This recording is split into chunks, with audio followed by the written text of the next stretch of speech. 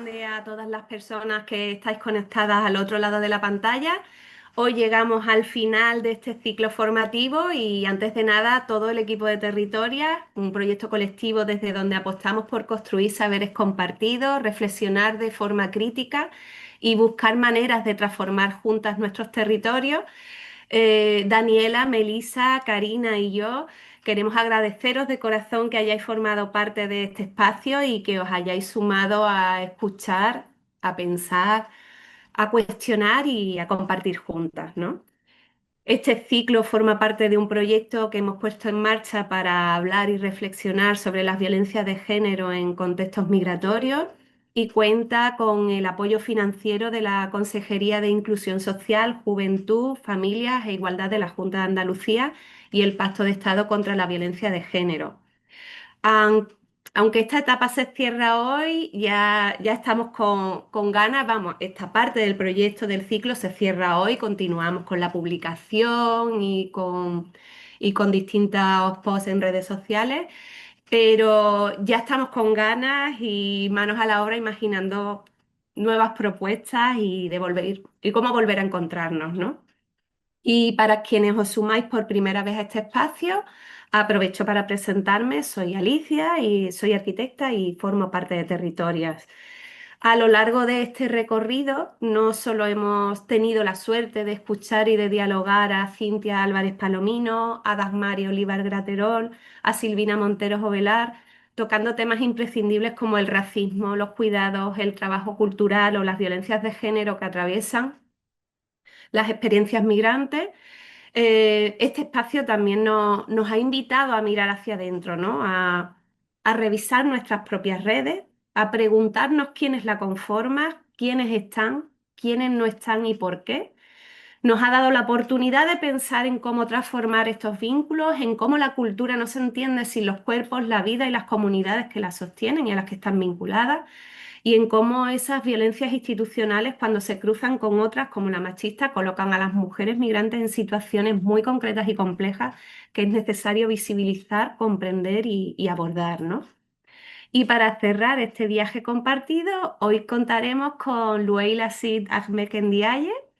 Hola Lueila, que nos ayudará a profundizar en todo esto desde su propia experiencia y mirada, hablándonos de los derechos humanos y de las vulneraciones que enfrentan las personas migrantes en la frontera sur.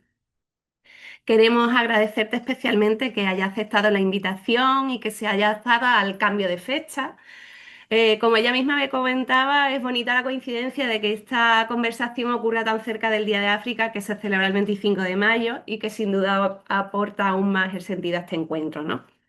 Como siempre, recordaros que esta sesión quedará grabada y disponible en el canal de YouTube para que podáis acceder a ella más adelante. En cuanto a la dinámica de hoy, retomaremos la de las primeras sesiones, comenzaremos con la intervención de Lueila y mantendremos los micros cerrados y después abriremos un espacio de conversación que Daniela se encargará de dinamizar, donde podréis activar vuestro micro y vuestra cámara para pedir turno de palabra. Solo tenéis que clicar abajo de la pantalla en reacciones, el icono del corazón y seleccionar la manita. Y cuando terminéis de intervenir, recordad pulsar bajar la mano para quedar libre para otra persona. Si no contáis con micro o no podéis activarlo o os da muchísima vergüenza, aunque siempre nos encanta escucharos y poneros cara, podéis escribir en el chat de Zoom y de YouTube y Melissa, que está a cargo de todo el soporte técnico, recogerá y compartirá vuestros aportes. Como en las anteriores sesiones, durante esta compartiremos por el chat el formulario de registro y una breve evaluación. Y antes de entrar en la conversación, vamos a compartir una breve presentación de nuestra invitada de hoy para conocer mejor su recorrido y desde dónde nos habla. Lueila Sid Ahmed Ndiaye nació en los campamentos de refugiados de Tinduf y reside en Canarias desde 1999. Graduada en Derecho por la Universidad de La Laguna en el año 2016. Posteriormente cursó estudios de máster de acceso a la abogacía en el Ilustre Colegio de Abogados de Santa Cruz de Tenerife hasta el año 2018. En la actualidad es abogada en materia de extranjería y derechos humanos que trabaja con las personas que llegan por vía marítima a las costas canarias. En 2023 fue premiada por el Ministerio de Igualdad con uno de los reconocimientos que otorga cada año con motivo del Día Internacional para la Eliminación de la Violencia contra las Mujeres. Es miembro de la Comisión de Extranjería y Derechos Humanos del Ilustre Colegio de Abogacía de Lanzarote. Es miembro de la Asociación Profesional de Abogados Saharauis en España y colabora con diversas entidades y ONGs en Canarias asesorando a personas migrantes. Y por otra parte, Daniela Ramos Pasquel es doctora en arquitectura, investigadora y profesora, y su práctica profesional se sitúa en la intersección entre las disciplinas espaciales y las ciencias sociales, incorporando metodologías sensibles al territorio y a las experiencias encarnadas desde una mirada espacial, feminista y decolonial. Y es cofundadora de Territoria. Muchísimas gracias de corazón a todas las personas que habéis sido parte de este espacio y que habéis sostenido colectivamente estos diálogos que tanta falta hacen. Ha sido todo un placer compartir este camino con vosotras y ahora sí, Daniela, cuando quieras, adelante. Gracias, Alicia. Creo que va a ser esta la sesión de los agradecimientos al ya hacer la sesión final. Me sumo a todos los agradecimientos de o sea, de todos los agradecimientos durante las sesiones, de los agradecimientos en el chat, en los mensajes, en los comentarios de Instagram y sobre todo a la buena voluntad y al buen hacer y al activismo que necesitamos de todas las ponentes, ¿no? Creo que nos han demostrado cómo esta intersección entre la teoría y la práctica y el activismo nos construye futuros más transformadores que tienen réplicas y la potencialidad de multiplicarse en los territorios. Así que creo que muchísimas gracias. Y por supuesto a quienes nos acompañan en la sesión. eh, es increíble escuchar como todas las reflexiones desde distintos territorios, tanto dentro de Andalucía como en España, en Latinoamérica. Nos estamos escuchando, nos estamos conectando y estamos como reflexionando en conjunto a pesar de las distancias. Y creo que eso es importantísimo. Antes de dar el paso a Loelia, quería hacer como un ejercicio de memoria de la sesión anterior en la que nos acompañó Silvina Monteros Ovelar para dialogar sobre las violencias machistas. Durante esa sesión evidenciamos que las mujeres migrantes tienen cifras altas en las estadísticas de violencia de género, es decir, están sobre representadas en las tasas de violencia de género en España. Y por otro lado, también Silvina nos comentaba que se observan cifras bajas en el acceso a los recursos, es decir, que la protección a las mujeres migrantes víctimas de violencia de género es mucho menor. Este reconocimiento de esta información cuantitativa posibilita reconocer que la violencia de género tiene una incidencia diferenciada por origen.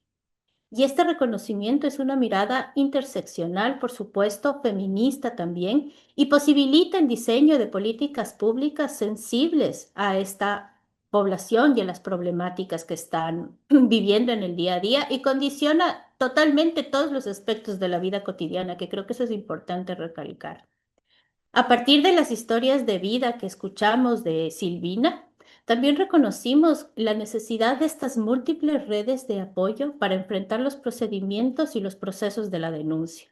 Redes para la acogida, redes para el asesoramiento y redes para el apoyo psicológico.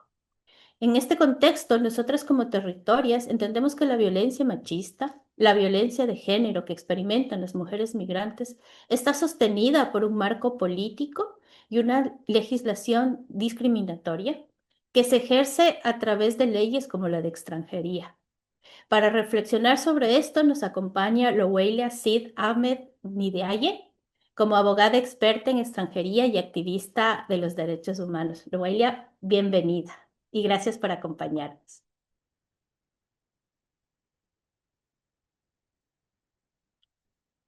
Cuando quieras puedes empezar.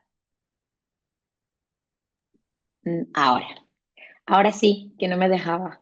Bueno, buenas tardes a todas y a todos. Muchas gracias por estar, sobre todo a las compañeras de Territoria, a Alicia, a Daniela, a Melissa, a Karina, a todas las que estáis detrás y que habéis organizado esto y que me habéis invitado, que además habéis querido tener un enfoque antirracista al mismo tiempo que personal antirracista también, que pudiera de alguna manera pues volcar ese contenido, esa formación en estos días. O sea que muchísimas gracias por invitarme.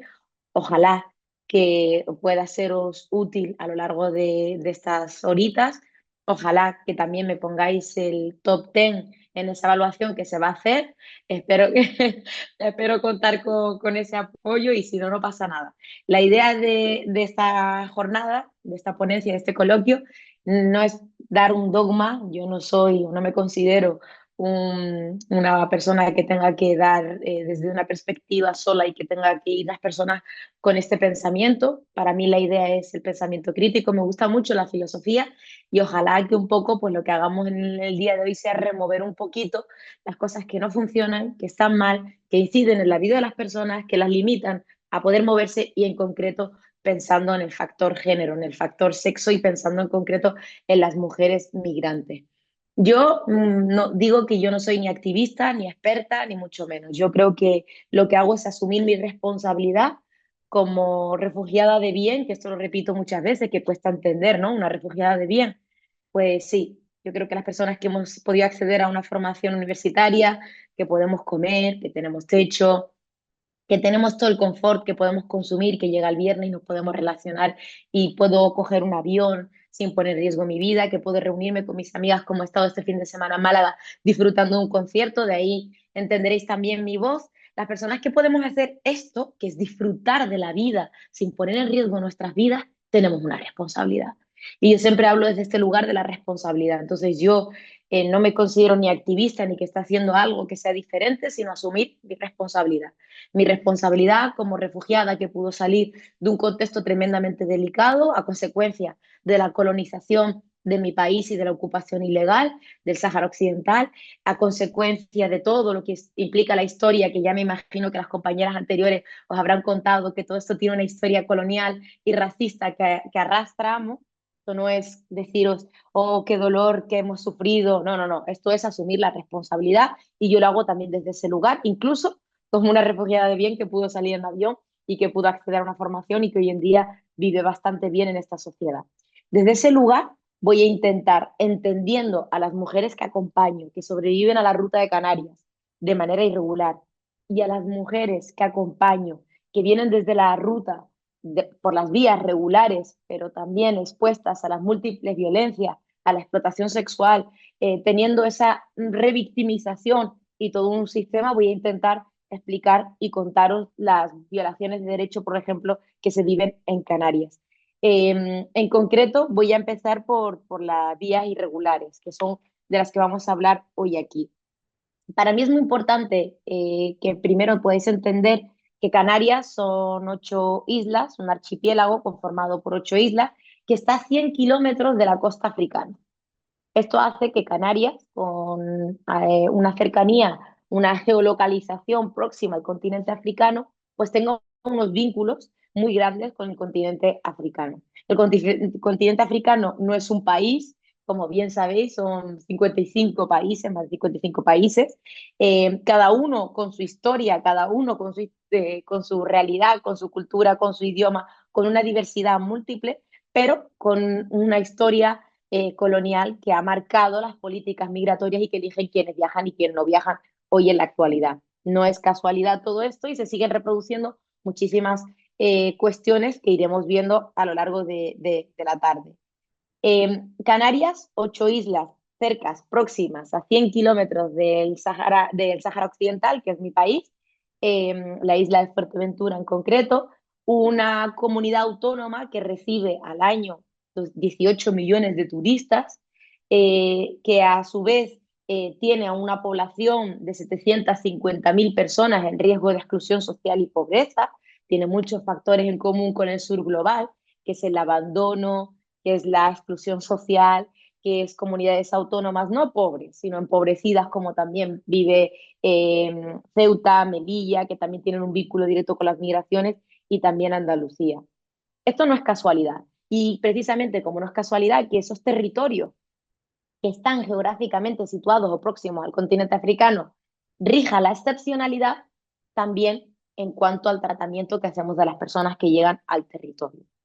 Para mí es importante empezar hablando, porque seguro que muchas y muchos de los que estáis aquí, no sé si tenéis noción sobre las migraciones o no, pero estoy segura de que muchas de las que nos estáis escuchando hoy aquí, la visión que se puede tener de Canarias es como un destino turístico y maravilloso, pero al mismo tiempo un bombardeo mediático constante de presión migratoria y crisis migratoria. Yo voy a aclararlos de ya.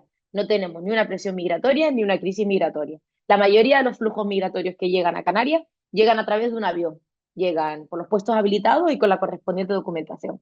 ¿Eso qué significa? Que la mayoría de las personas que acceden al territorio, que este es territorio español, eh, lo hacen a través de un barco o lo hacen a través de un avión y lo hacen con su pasaporte, su visado o la autorización que le habilita a poder entrar.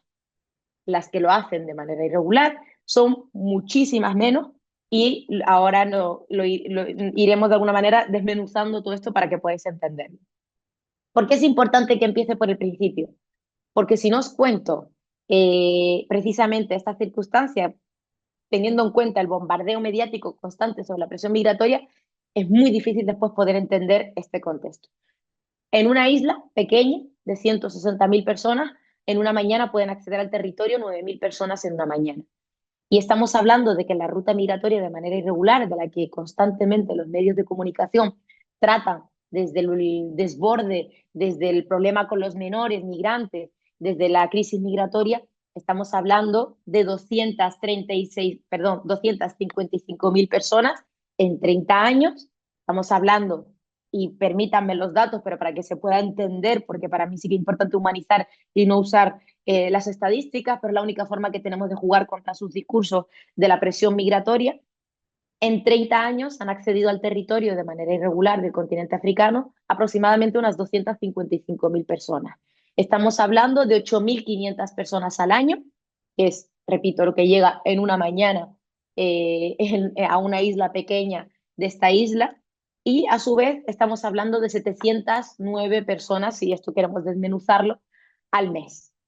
700 personas al mes en un territorio donde llegan 18 millones de personas al año, 8.500 personas repartidas, si queremos desmenuzar toda la ruta migratoria de manera irregular al territorio canario, son ilusorias, son ínfimas. Entonces es importante para mí visualizar desde qué lugar vamos a hablar, porque desde este lugar es cuando también se construye toda la deshumanización y estratégicamente se diseña que hay un problema con la inmigración irregular y que nos están invadiendo. A partir de aquí, voy a empezar por el principio y para no irme, os voy a presentar, ay, para que lo podáis ver conmigo, aquí, todo lo que os voy a contar. Ok, empezamos por el principio. Como bien sabéis, mi título, el título de la ponencia, versa sobre las mujeres, las migraciones y las vulneraciones de derechos humanos en la frontera sur, Canarias. Hay varios informes muy interesantes de distintas entidades que los digo y desde ya por si queréis tenerlo de referencia sobre las vulneraciones de derechos y que explican bastante bien, como Iridia y Novac, como la Asociación Pro Derechos Humanos de Andalucía, que también hace unos informes elaborados sobre la frontera sur y que recomiendo desde ya su lectura. La imagen, precisamente esta imagen de la inmigración en Canarias, parte desde este lugar. Portada en los medios y los telediarios, desborde, crisis migratoria, presión migratoria, entradas masivas, migración irregular, menores migrantes, emergencia, cayucos y pateras llegando, personas con mantas de Cruz Roja, Salvamento Marítimo rescata una embarcación y se ve en los medios y en los telediarios, Cruz Roja, la imagen de Cruz Roja, rescatando, abrazando o llevando a alguien al puerto, y las disputas políticas que vemos diariamente televisadas sobre el reparto de menores, sobre la posibilidad de que los menores puedan ser acogidos, tutelados en otras comunidades autónomas. Y bien, si uno piensa en el desborde, la presión migratoria, en toda esta narrativa mediática de lo que está ocurriendo en Canarias y quiénes llegan a Canarias y de qué manera llegan a Canarias, pues dirá, bueno, se corresponderá con la estadística de las personas que llegan a Canarias y se establecen en Canarias. Pues bien, si uno va al censo del INE, que es el Instituto Nacional de Estadística Español, y que yo constantemente tengo que estar mirando para poder también de alguna manera contrarrestar este discurso del miedo y del desborde, si uno va y ve Canarias, que estas son las cifras del 2023, pero no han variado mucho. En 2024 estamos hablando de 2.258.000 personas, que ha incrementado. La población africana supone un 5% del total de la población que hay en Canarias.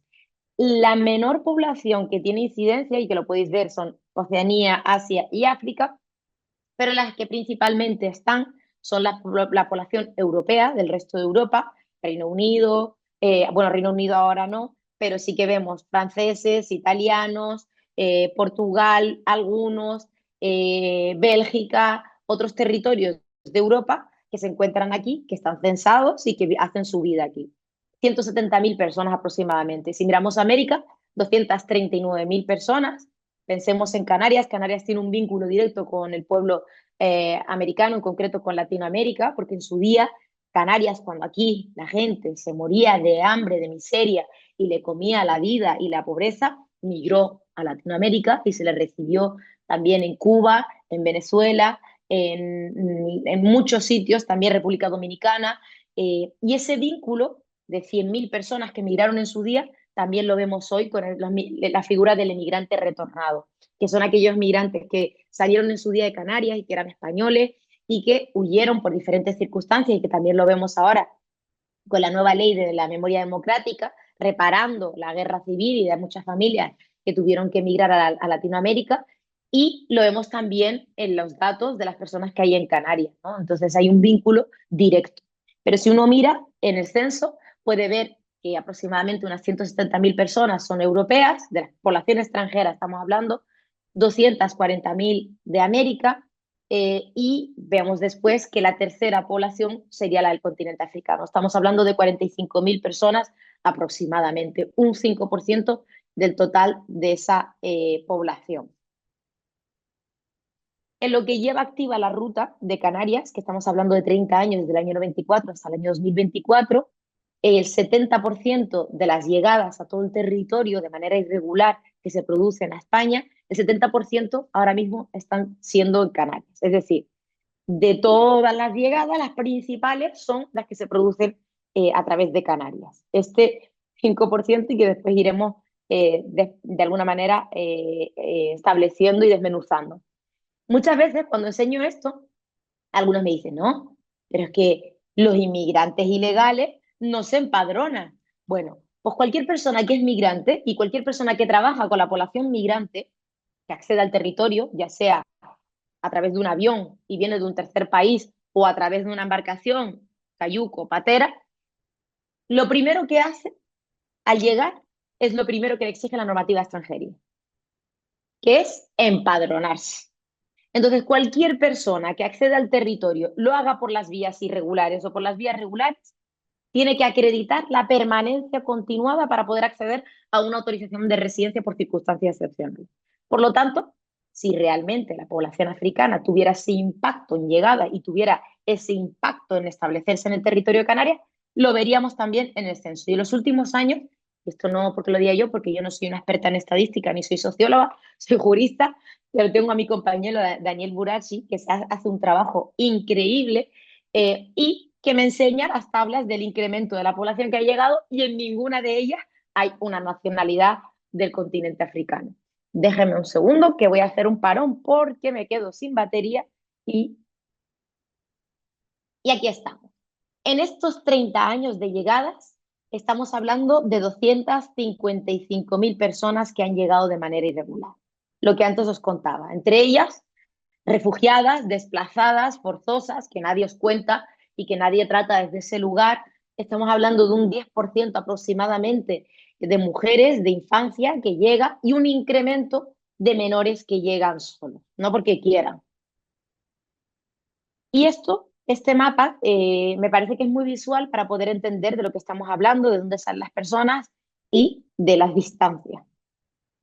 Ahora mismo vengo de una isla, que es la isla de Tenerife, y yo a veces no sé hacer esta profesión sin sensibilizarme, porque esto de ver tanto dolor ajeno de gente que lo único que quiere es tener una oportunidad buena, una vida mejor, unas condiciones mejores, y como solo impedimos de manera sistemática, acabo de venir de prisión, de visitar un centro penitenciario, a 4 chicos que salieron desde una zona norte, aquí en Senegal, justo en Senegal, unos 1.400 kilómetros, 1.500 kilómetros, que hicieron y llegaron a Tenerife. Si ustedes ven en la ruta 4, pueden ver la distancia, es decir, no es lo mismo el que sale de Marruecos o del Sáhara Occidental, que es mucho más próximo a Lanzarote o a Fuerteventura, que el que lo hace desde el sur, desde Gambia, desde Senegal o desde Mauritania, que se expone a unos 1.600, 1.400 kilómetros. Estas rutas que podéis ver aquí no son las del Mediterráneo, no estamos hablando de un mar, estamos hablando de un océano que es el Atlántico, donde las embarcaciones, si no llegan al Hierro, que es este bombardeo mediático de han llegado 400 personas, 500 personas al Hierro, ustedes tienen que ver que cuando hablan de han llegado 400, 500 personas al Hierro, tiene que darse un alivio en esa visión mediática. ¿Y cuál es el alivio? Es que esas embarcaciones que no han llegado al Hierro y que han sobrevivido, a pesar de lo que supone llegar hasta el Hierro saliendo desde Senegal, desde Mauritania o desde Gambia, son aquellas que se han perdido en el Océano Atlántico, son aquellas que no llegan, son aquellas que llegan, han terminado en Trinidad y Tobago, son aquellas que han terminado hasta en Brasil, son aquellas que han terminado en Cabo Verde con los cuerpos deshechos. Y si esto no nos conmueve y si la narrativa mediática no nos explica que el que ha salido de Gambia, de Senegal, no nos humaniza y lo único que nos enseña que son los nadies de Eduardo Galeano, que son una presión migratoria y que viene Cruz Roja y que hay un grupo de personas no blancas accediendo al territorio y no nos explica todo lo que han pasado y por qué lo han pasado, es decir, por qué no han podido ir al consulado español en Dakar y pedirle un visado con los 500, 600, 1.000, 2.000 euros que han abonado para poder acceder de manera irregular. Si esto no nos lo explica, pensemos y reformulémonos, y aquí es donde viene esta parte que para mí es interesante del pensamiento crítico y no de que esto sea un dogma, de por qué esto no se nos cuenta, porque esto no forma parte del discurso de la narrativa que nos permita entender que alguien que ha cruzado 1.600, 1.400 kilómetros, después, una vez que sobreviva, viva con toda esta situación de criminalización y de odio. Esto está pensado desde mi punto de vista, no es una casualidad, porque si un 5% estamos hablando, un 4, un 3% es la inmigración irregular, pero un 5% de población extranjera viene del continente africano, se establece, a quién le interesa generar todo este miedo, toda esta alarma y toda esta emergencia. Hoy, cuando estaba atendiendo a 4 chicos que sobrevivieron a la ruta hace 2 años, ellos salieron de un cayuco desde Senegal. Este cayuco estuvo 10 días a la deriva, 10 días para poder llegar. Imagínense 10 días, 60 personas pegadas, sus cuerpos con deshidratación, con shock, un fallecido. Pues estos chicos, después de haber sobrevivido a esto, han sido acusados de ser patrones de la embarcación, patrón por ser una supuesta mafia, organización, porque la ley y el Código Penal no contemplan ni tienen un enfoque de derechos de qué pasa cuando son migrantes más, qué pasa cuando no es real, todas estas cuestiones, pues pensemos en alguien que ha salido desde Dakar, que ha cruzado todo esto, de verdad que alguien se cree que una mafia, que una organización se va a jugar la vida 10 días con 60 personas con sus cuerpos pegados donde fallece la gente y la tienen que tirar al mar. Pensemos en todas estas cuestiones. Pues estos chicos que ya llevan 2 años en prisión preventiva y que, por cierto, tengo el juicio el lunes, se les acusa de haber traído la embarcación y además se les acusa de todas las lesiones que presentaban, el shock, la deshidratación que presentaban todas las personas que sobrevivieron. Nosotros vamos a garantizar que en su defensa sea precisamente su inocencia, porque que otras personas, cuando sobreviven a una de las rutas más mortíferas del mundo, después de 1.400, 1.500 kilómetros, que lleguen al sur de Tenerife, desde luego que muy pocas personas nos podemos creer, sinceramente, que se trata de una mafia, de una organización y que se trata a su vez de personas que hayan querido poner en juego la vida de las personas que venían. Esto está contemplado en el Código Penal, es decir, que aquellas personas que entran de manera irregular y además pilotean, traen, sobreviven, se quedan a la deriva, cogen el timón y quieren llegar. Si no habéis visto la película de Yo Capitano, os la recomiendo porque es el claro reflejo de la población migrante que se pone en riesgo sus vidas en embarcaciones y llega hasta aquí. pensemos y miren esta imagen que es muy, desde mi punto de vista, muy visual para poder entender de lo que estamos hablando cuando hablamos de inmigración irregular y de quién viene y de qué manera viene. Repito, personas desplazadas, refugiadas, que aunque no sean blancas, pues también lo son y deberíamos aplicarle la misma normativa que hicimos con otras, ¿no? Lo que sí tenemos en Canarias, desde luego, que es un tremendo drama humanitario. Desde hay un drama donde la gente se muere y se muere pudiendo evitarlo. 40.000 personas sobrevivieron a una de las rutas más mortíferas en 2023. Más de 6.000 perdieron su vida intentando llegar a consecuencia directa de estas políticas migratorias. Miles de solicitudes de visado denegados en todos los consulados europeos. Esto de querer acceder al espacio Schengen, respetando su norma, yendo con su pasaporte, pagando lo que pagan una embarcación de manera irregular, es mentira, ¿vale? Lo digo ya desde la experiencia como abogada que presenta recursos frente a las denegaciones de los visados. Yo no quiero que ninguna persona con la que yo trabajo, ni ninguna mujer, que ahora hablaremos de esta cuestión, tengan que jugarse la vida, tengan que cruzar múltiples fronteras terrestres, marítimas, pero después las de la violencia de manera sistemática y racista que impera. Si no les gusta que hablemos del racismo, tenemos ejemplos que lo representan. Si no les gusta que hablemos de racismo, pues pongamos mecanismos donde las personas no tengan que morir en el mar y donde nos importen que sus cuerpos no los tengamos que contar. 6.000 personas nos tiene que interpelar. Y la siguiente pregunta sería ¿por qué el Ministerio de Asuntos Exteriores y Cooperación, consulados españoles, franceses, portugueses, impiden de manera sistemática que la población africana pueda acceder al territorio de manera regular? Lo que sí tenemos en Canarias dentro de este drama humanitario no son los menores que no saben qué van a hacer con ellos y que hay un problema. Son niños que llegan solos, sufriendo violencia y que reciben más violencia aquí cuando llegan. Niños con frío y con hambre. Probablemente si los medios de comunicación reprodujeran el llanto del dolor, el llanto de quien sobrevive a la ruta de Canarias, el enfoque sería completamente diferente. En Canarias lo que sí tenemos es que 30 años después, 255.000 personas siguen tratadas desde la excepcionalidad y desde el racismo. Son lógicas que se reproducen. Y voy a poner un ejemplo. En 2 años, el Ministerio de Inclusión, Seguridad Social y Migraciones acogió a 236.000 personas desplazadas que venían de Ucrania. Esto según la página del propio ministerio.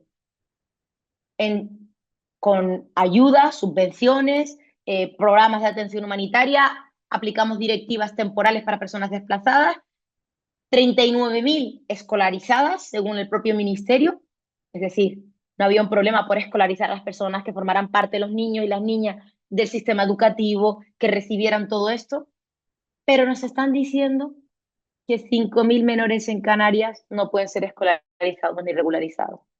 2.000 de Senegal, 1.000 de Mali, desplazados, forzosos, y nos están diciendo que con 5.000 menores no pueden.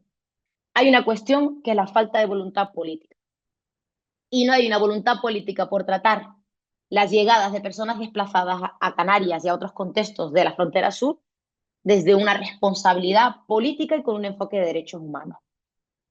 Mujeres que convertimos en altamente vulnerables. Que nadie les engañe de que hay gente más vulnerable y otra que es menos vulnerable. Todas las personas que sobreviven a las rutas mortíferas, marítimas y terrestres son personas vulnerables.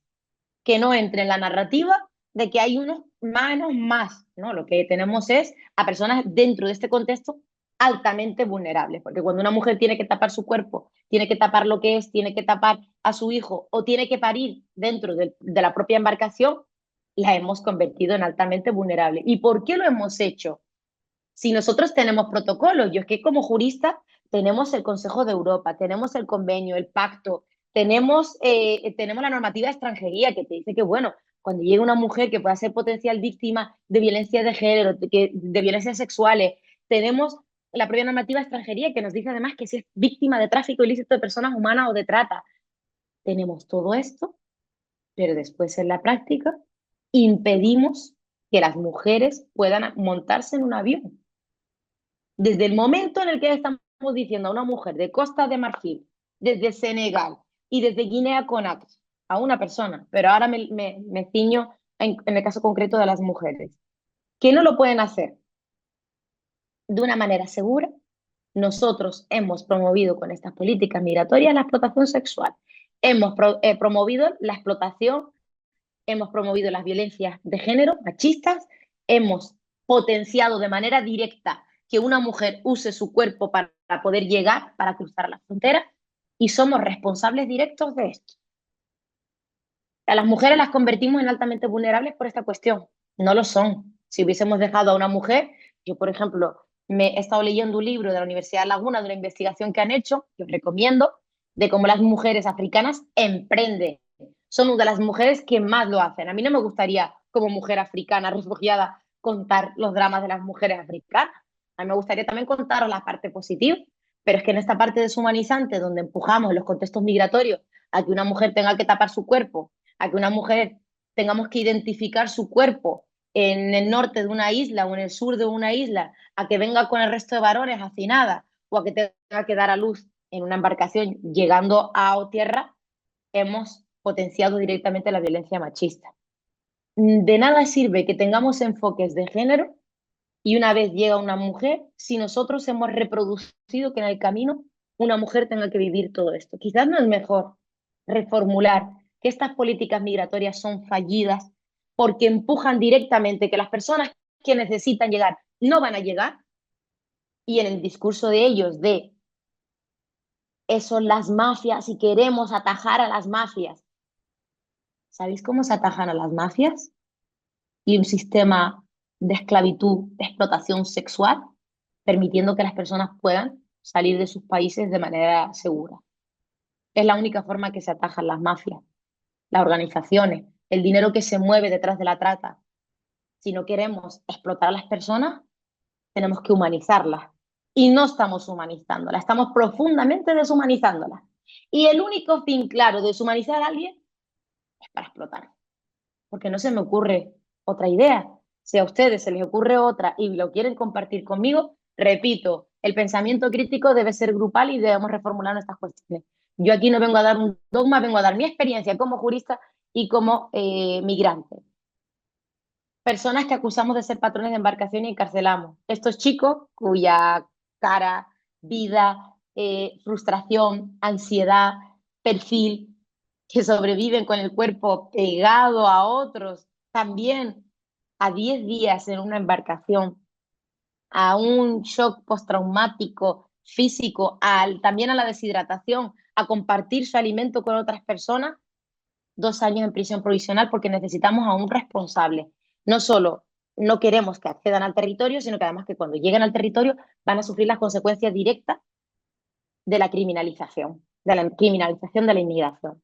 Tenemos a menores que hemos metido en prisión diciendo que son patrones de embarcación. Y de verdad, que yo soy jurista, que yo asisto también a través del turno oficio. A mí no se me ocurre pensar que un menor no va a ir por el correspondiente procedimiento como menor, con la ley orgánica de responsabilidad penal del menor. Pero es que cuando vemos que llega y no es blanco, vale todo. Y en ese vale todo, vale que ingrese en prisión como un adulto, vale que, bueno, seguro que no es menor, que es mayor y que nos está engañando. Y empieza a haber una gafa, que es la gafa con la que yo intento explicarles a ellos constantemente que no es una gafa real, que es una gafa sobre la que no vemos que hay una persona que es niño o una niña, sino que empezamos a ver su condición como extranjero. Y este es el problema. Familias separadas, refugiados y refugiadas sin acceso al procedimiento de asilo. Seguimos diciendo que, bueno, que es primordial que las personas desplazadas, solicitantes de protección internacional, puedan acceder al procedimiento. Activamos directivas temporales a unas, pero a las otras las maltratamos. Y ojo, no pretendo generar un debate de por qué unos sí y otros no. El debate es 236.000 personas fueron acogidas en 2 años. ¿Ustedes han visto a los medios hablando de desborde? ¿Ustedes han visto a alguien diciendo algo sobre la paguita que se le ha dado a las personas que han llegado de 400 euros para poder hacer una vida digna? Empezar, 400 euros no da para nada, ¿no? ¿Han visto a alguien quejándose porque 39.000 adolescentes han sido escolarizados que llegaban de Ucrania y que lo necesitaban?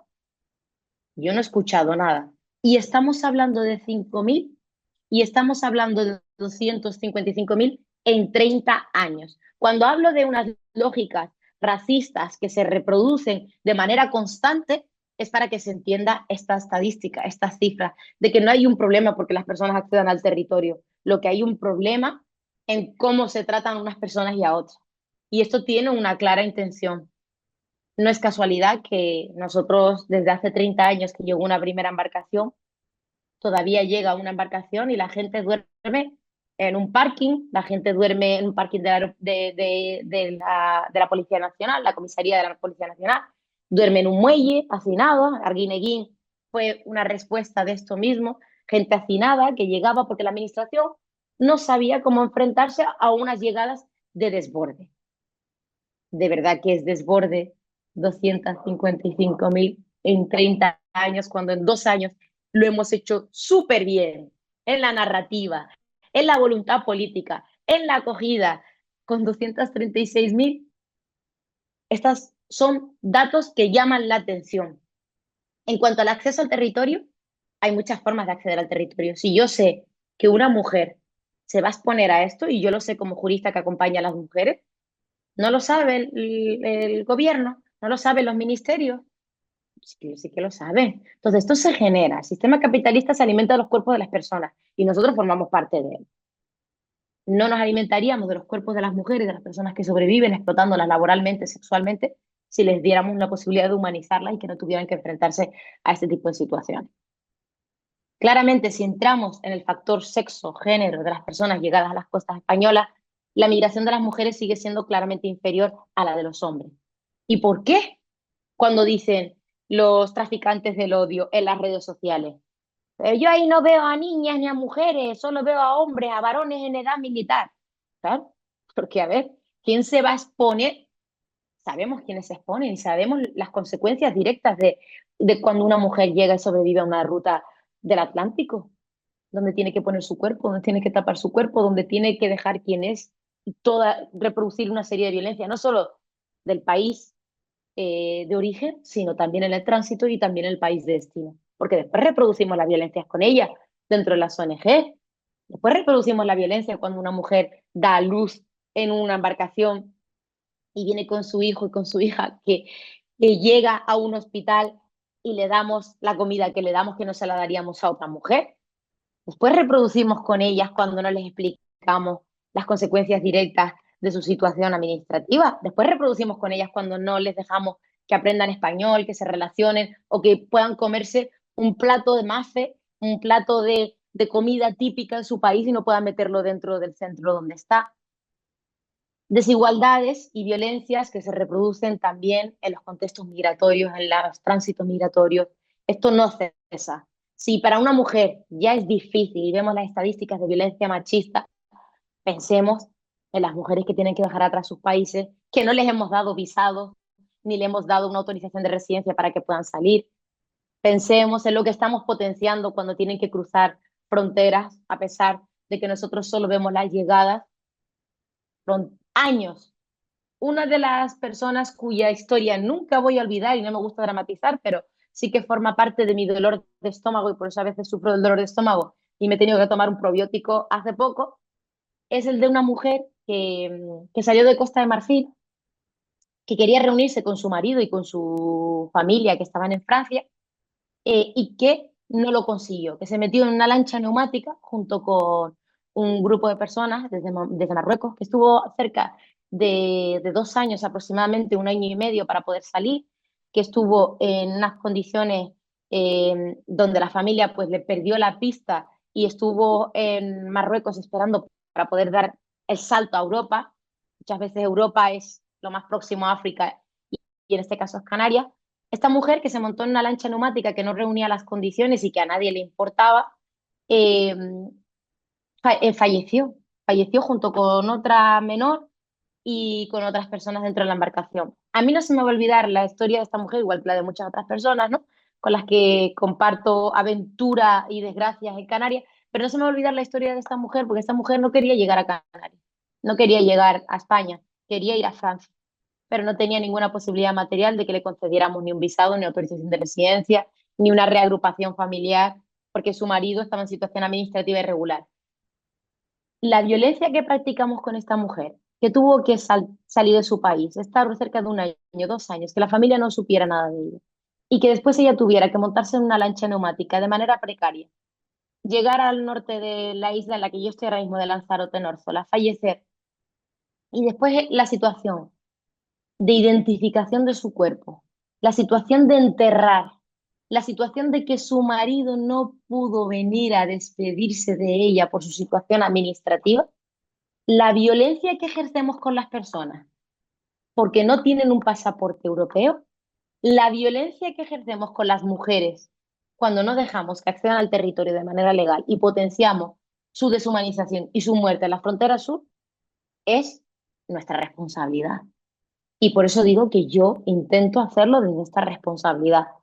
Las cifras de llegadas de las mujeres por la frontera sur al territorio, aproximadamente en los últimos 5 años, según el informe de derechos humanos en la frontera sur, que os recomiendo su lectura, aproximadamente no es que haya una feminización de la ruta, es un 10%, no se ha visto incrementada. Y repito, no se ha visto incrementada porque si ya es duro hacer el viaje para estos jóvenes senegaleses fuertes de 24 años que yo veía hoy y que se aguantaban las ganas de llorar después de todo lo que les hemos hecho, después de sobrevivir 10 días a esta situación, ¿qué os voy a contar para las mujeres? ¿Qué os voy a contar para las mujeres? Entonces, cuando dicen, ¿por qué no se montan las mujeres en una embarcación? ¿Y por qué no se monta tu abuela? Hombre, digo yo, digo yo que si las condiciones no las reúne para un joven senegalés de 24 años, imagínense para el factor género, para la infancia y para las personas mayores. Hay una cuestión que es básica y tenemos que mirarla desde aquí. Yo lo digo como persona que ha tenido un pasaporte africano y ahora tiene uno europeo que me ha costado mucho sufrimiento a pesar de mi integración.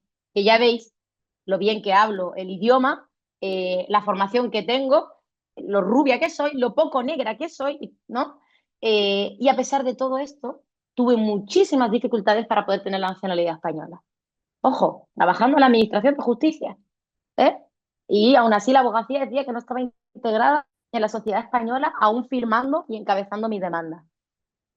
Si esto me lo hacen a mí, ¿qué os voy a contar a las mujeres que llegan y que sobreviven a la ruta de Canarias? Pero después nos ponemos aquí las etiquetas y los lazos de violencia machista, de políticas feministas de igualdad, nos ponemos los lazos de los convenios, nos ponemos los lazos de que somos súper inclusivos, de que protegemos a las mujeres, pero las mujeres las estamos matando en las rutas del Atlántico. Las rutas de las mujeres, en origen, tránsito, en destino. Pienso en la historia que os contaba de esta mujer y que para mí pues, marca mi dolor de estómago porque no se me va a olvidar nunca su cara, identificada a través de una foto cuando llegó su familiar a reconocerla. Esa mujer que salió de Costa de Marfil, que no quería llegar a España, sino a Francia, que no pudo hacerlo a través de un avión y que tuvo que cruzar múltiples fronteras terrestres para llegar a Marruecos, que en Marruecos se reprodujo también la violencia, que a veces son retiradas de pasaporte, a veces son tratos inhumanos o degradantes por el color de piel, porque, ojo, no es que España sea racista, es que el racismo está en todos lados. Yo vengo de un país árabe donde el racismo y donde yo cuando viajo muchas veces me dicen que porque he tomado tanto el sol y que es mejor que me proteja frente al sol. O sea, esta realidad de no querer un cuerpo negro es histórica y no es solo de España.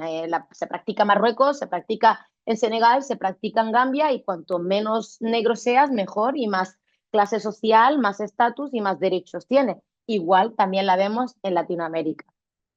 Pensemos en esta mujer que estuvo ahí durante un año, año y medio para intentar salir y después el destino al que llega, que es Canarias, que en este caso no lo consiguió. Pensemos en la discriminación que sufren, que aquí, repito, el color, ay, es que no, yo no veo personas, veo color o son de color. No, no, no. La condición clara de colonial y racista impera sobre cómo miramos a las personas y cómo las tratamos. Su condición como migrante también, porque se ha centrado de manera irregular y encima vienes de donde vienes y tienes el color de piel que tienes y su condición también, género, sexo, una vez que llega. Esta triple discriminación pesa y ahí es donde nosotros vemos que se reproducen todas estas desigualdades. Violencia de género, agresiones sexuales, retención de documentación, situaciones de malos tratos, explotación sexual. eh, Cuando hablan de que tenemos que ser tajantes con las mafias y con las organizaciones, o sea, pues permitamos que Aminatu, que lo necesita, que ha sufrido una mutilación genital femenina y que lo sabemos, que sale de un determinado país, pueda montarse con su hijo de la mano, ir al consulado y que se le permita poder llegar al territorio, al espacio Schengen. Va a venir documentada, es lo que le preocupa a los estados, una cuestión de seguridad, va a venir protegiendo los derechos humanos y además protegiendo las fronteras, que es lo que más les preocupa. Entonces, a mí que me preocupan las personas por encima de los trazos terrestres que deciden que 18 millones de turistas en 8 islas no son un problema, pero 5.000 menores que han llegado solos y pasando hambre y frío lo son, determinan de alguna manera cómo se legisla. Matrimonio forzoso, mutilación genital femenina, trata de seres humanos o tráfico ilícito de personas humanas. Si realmente nos consideramos un Estado progresista y un Estado de derecho y democrático, que yo aquí como abogada que trabaja con otras personas abogadas de otros lugares de frontera, de Turquía, de Grecia, de Italia, y que ve cómo está la situación allí y que siente alivio por estar en España, que también os lo digo, pues no nos queda otra que decir que tenemos una responsabilidad, que estas mujeres que están sobreviviendo a estas rutas migratorias las hemos empujado y las hemos abocado no solo a lo que hayan podido sufrir en el país de origen, sino en el tránsito y después en el destino.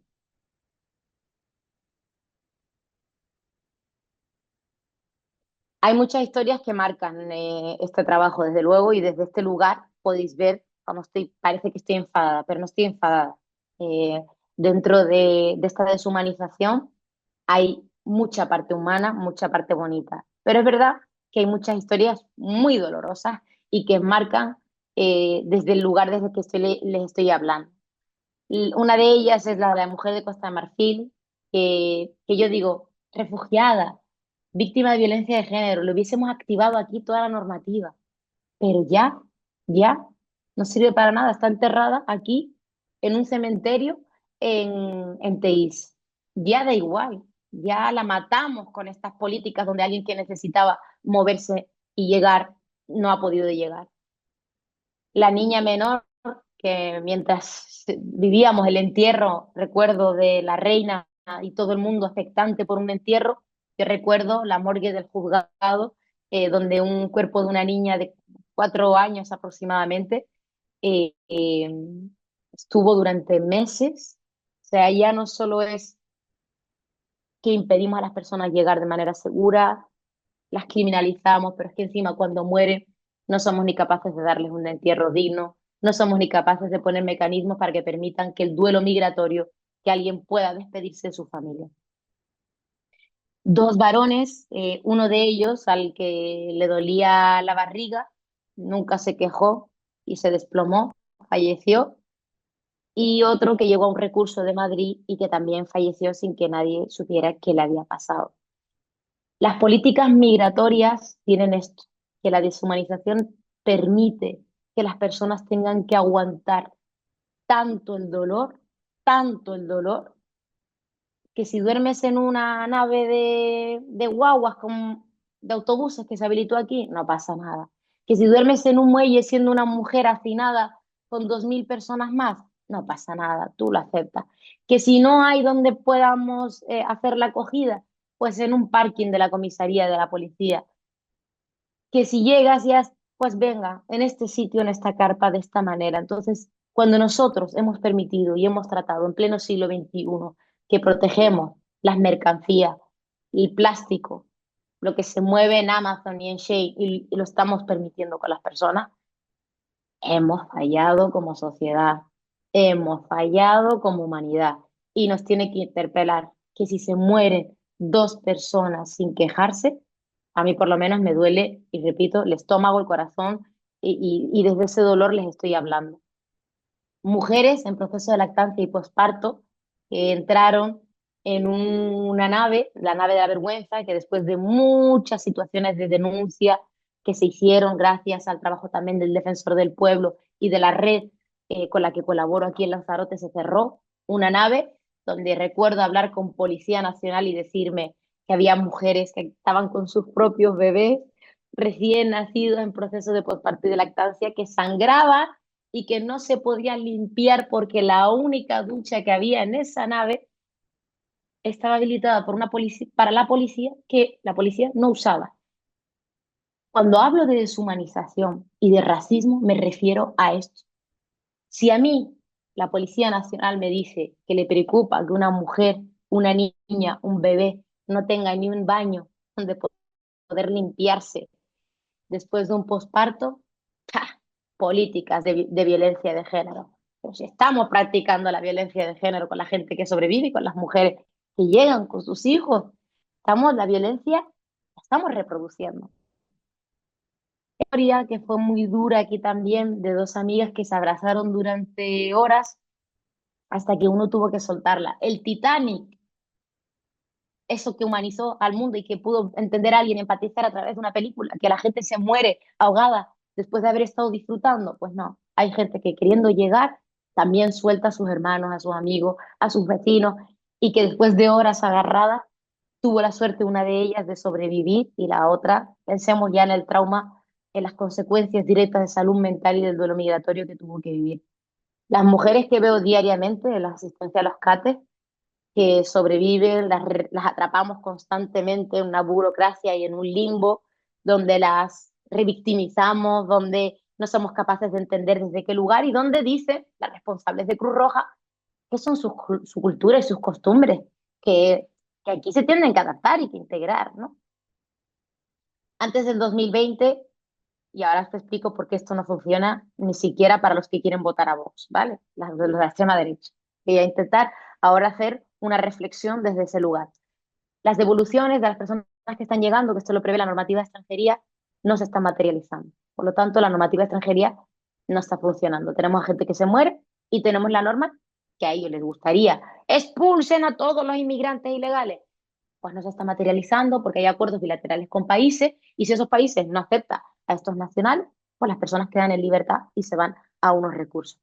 Antes del 2020 el panorama en Canarias era completamente diferente, porque las personas llegaban, eran detenidas 72 horas y después de las 72 horas quedaban en libertad o bien se mantenía la detención en un centro de internamiento de extranjeros para ejecutar su devolución. No voy a entrar en esto en mucha cuestión porque es muy jurídica, pero sí que quiero que os quedéis con una cuestión. Antes la línea entre la libertad y la detención era clara porque llegaban muchísimas menos personas. A raíz del año 2020, del COVID, crisis, pandemia, el mundo empezó a salir, a viajar, la gente que lo necesitaba más todavía. Canarias llegaron 23.000 personas y la administración, oh sorpresa, 30 años después, no estaba preparada. Volvemos a la excepcionalidad que responde a lógicas desde tratar de la emergencia algo que es estructural. ¿Cómo improvisamos? Pues ponemos unas carpas en el muelle. ¿Qué hacemos? Y ahí vino esta imagen.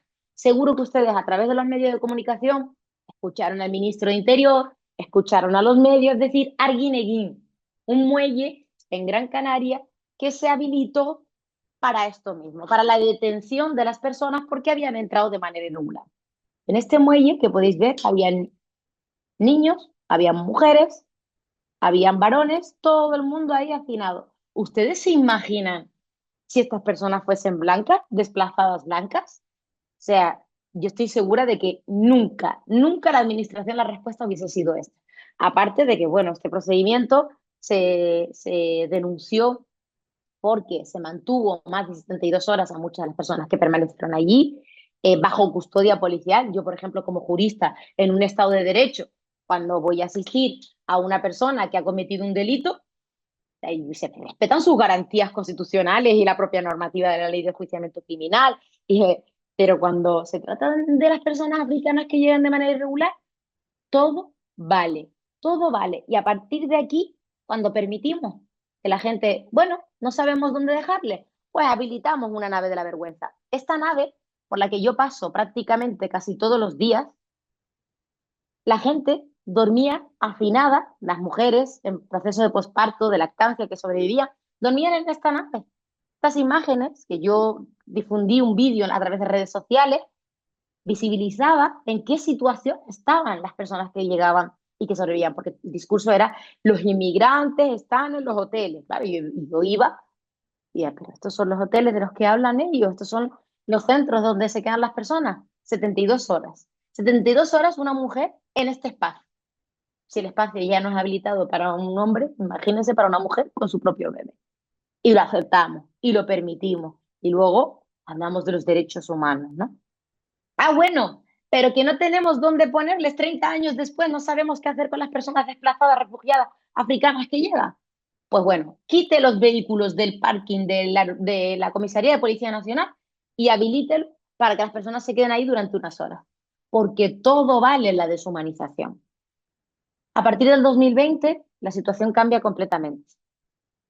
Se incrementan esas llegadas, ya no se realiza la detención en comisaría, surge una nueva figura que son los CATES, que son los Centros de Atención Temporal de Personas Extranjeras, donde las personas están detenidas por un plazo máximo de 72 horas. Empieza a haber un limbo entre la detención y la libertad. Pensemos en esta imagen de Arguineguín, donde gente permaneció 15 días. Yo recuerdo de preguntar a chicos y decirme 10 días, creo que estuve 10 días. Claro, ¿y alguien se imagina en un Estado de Derecho una persona detenida 10 días por haber entrado de manera irregular? No. Se suspenden los acuerdos de devolución, ya no se materializaban, por lo tanto, Vox, tu plan, tu programa electoral de expulsar a todos los inmigrantes no se iba a poder materializar y no se está materializando. Las personas quedan en libertad. ¿Y qué hacemos entonces con las personas? Dice la extrema derecha española. Pues no le damos ONG y quitamos y desmontamos todos los chiringuitos. Pues ahí sí que habría un problema, porque las personas quedarían en situación de exclusión social. Y yo creo que un poco, no sé, podemos reformular que hay cosas que son básicas, ¿no? Si las personas están en la calle sin comer, en condiciones, digo yo que no será mejor que puedan estar en un centro con una acogida integral que permita que puedan regularse su situación, acceder al mercado de trabajo y trabajar. Digo yo, egoístamente, ya no pienso, me quito la toga de abogada de derechos humanos y de inmigrante africana y me pongo la chaqueta de un votante de la extrema derecha. No tiene mucho sentido, a efectos prácticos. Si no se materializan las devoluciones, si además las personas se quedan en libertad y después, ¿qué haces con las personas que quedan en libertad? Imaginemos que desaparece Cáritas, imaginemos que desaparece Cruz Roja y que la gente deja de tener comida y deja de tener té. Pues oye, como abogada del turno oficio, de verdad que veo que el problema no es ser migrante y no es ser extranjero. El problema es la exclusión social. Y la exclusión social es lo que aboca. No es casualidad tampoco que el Código Penal castigue más a los pobres que a los ricos. Cuando las personas quedan en libertad, se crea un plan Canarias, que son dispositivos de emergencia gestionados por ONGs. Esto es un CATE, ¿vale? Esto es un centro de atención temporal de extranjeros por donde pasan hombres, niños y varones. Y aquí permanecen 72 horas bajo custodia policial. Y después, como podéis ver, este no es de detención. Este sí es de detención y este no es de detención. ¿Veis alguna diferencia? Bueno, aquí están privados de libertad y en el otro no están privados de libertad. Aquí está la Policía Nacional y aquí está una ONG, ¿vale? Pero el sistema de una carpa, como si esto fuera algo que acaba de surgir, no es casualidad tampoco. Y cuando las cosas se tratan desde la emergencia y de la excepcionalidad, vemos estos discursos y esta narrativa y estas disputas políticas. Canarias no puede con 5.000 menores, Madrid no quiere acoger a los menores, el PP dice que cómo van a meter a los menores en su comunidad autónoma y vemos toda esta construcción que desde luego le hace flaco favor a los derechos humanos y le da una puerta abierta a la extrema derecha. Estos centros son los que se crearon dentro del Plan Canarias, que son centros de acogida donde las personas aquí pues, permanecen a veces unas semanas, a veces unas horas y a veces hasta meses, hasta que son derivados hacia la península o bien pagan con sus propios recursos. Tenemos que tener en cuenta, para mí, tres cuestiones que son básicas. Y es que todas las llegadas de las personas por vía marítima son tratadas de esta manera. ¿Por qué lo digo? Porque soy abogada que asiste en este espacio, que es el CAT. ¿Vale? Y en este espacio el fin es notificar un papel que se llama acuerdo de devolución. Decirle a la gente que se les va a devolver a sus países por haber entrado de manera irregular. Pero el enfoque de la administración es de manera colectiva. Yo, como abogada, no trato a nadie de manera colectiva, siempre es de manera individualizada, salvo, oh sorpresa, a la gente que accede al territorio de manera irregular, porque así le cuesta menos a la administración. Criminalización. Ah, pero es que es una mujer y tengamos en cuenta el enfoque de derecho y de género. No, pero es que una mujer que ha entrado de manera irregular y es negra. No, pero es que es menor, tenemos que aplicar la infancia, Comité de Derechos del Niño, Naciones Unidas, Save the Children, UNICEF, todo el mundo te está diciendo que lo apliques. Sí, pero seguro que no es menor y que me está engañando porque ha entrado de manera irregular y me va a decir que es siempre, siempre prevalece la condición de extranjero por encima de la persona. Da igual si eres menor, da igual si eres mujer, da igual tu historia, si eres refugiado, si eres desplazado, si sufriste algún abuso durante el camino, siempre prevalece. Entonces, si la administración nos va a mirar con esas gafas y nos va a tratar con esas gafas y los medios nos van a tratar con esas gafas, ¿qué percepción va a tener la sociedad? Pues se van a poner las mismas gafas y van a ver con esas mismas gafas. Así que necesitamos limpiarlas y que se las quiten.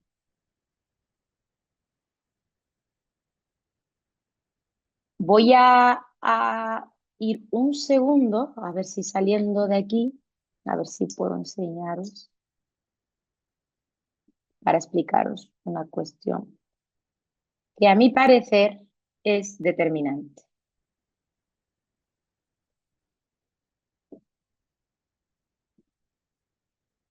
No me gustan estas fotos sensacionalistas, morbosas y pienso que le hacen flaco favor a la humanidad, al mundo y a la deshumanización. Pero esta foto que fue publicada en El País, no sé si la podéis ver, ¿la veis todas y todos?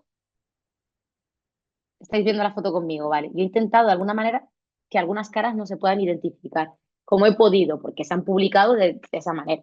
Yo no me imagino un drama de este tipo y que nosotros de alguna manera pues tengamos normalizado sacar las caras de las personas sin su consentimiento. Yo no me lo imagino si fueran blancos, pero me parecía importante enseñarlo porque esta foto que salió en El País dio la vuelta al mundo y se hizo viral porque además es propiedad de Salvamento Marítimo, es a través del helicóptero de Salvamento Marítimo, es quien rescata y que gracias al trabajo de Salvamento Marítimo en Canarias también podemos seguir defendiendo los derechos humanos y las vidas de las personas porque la verdad que se meten un trabajo increíble.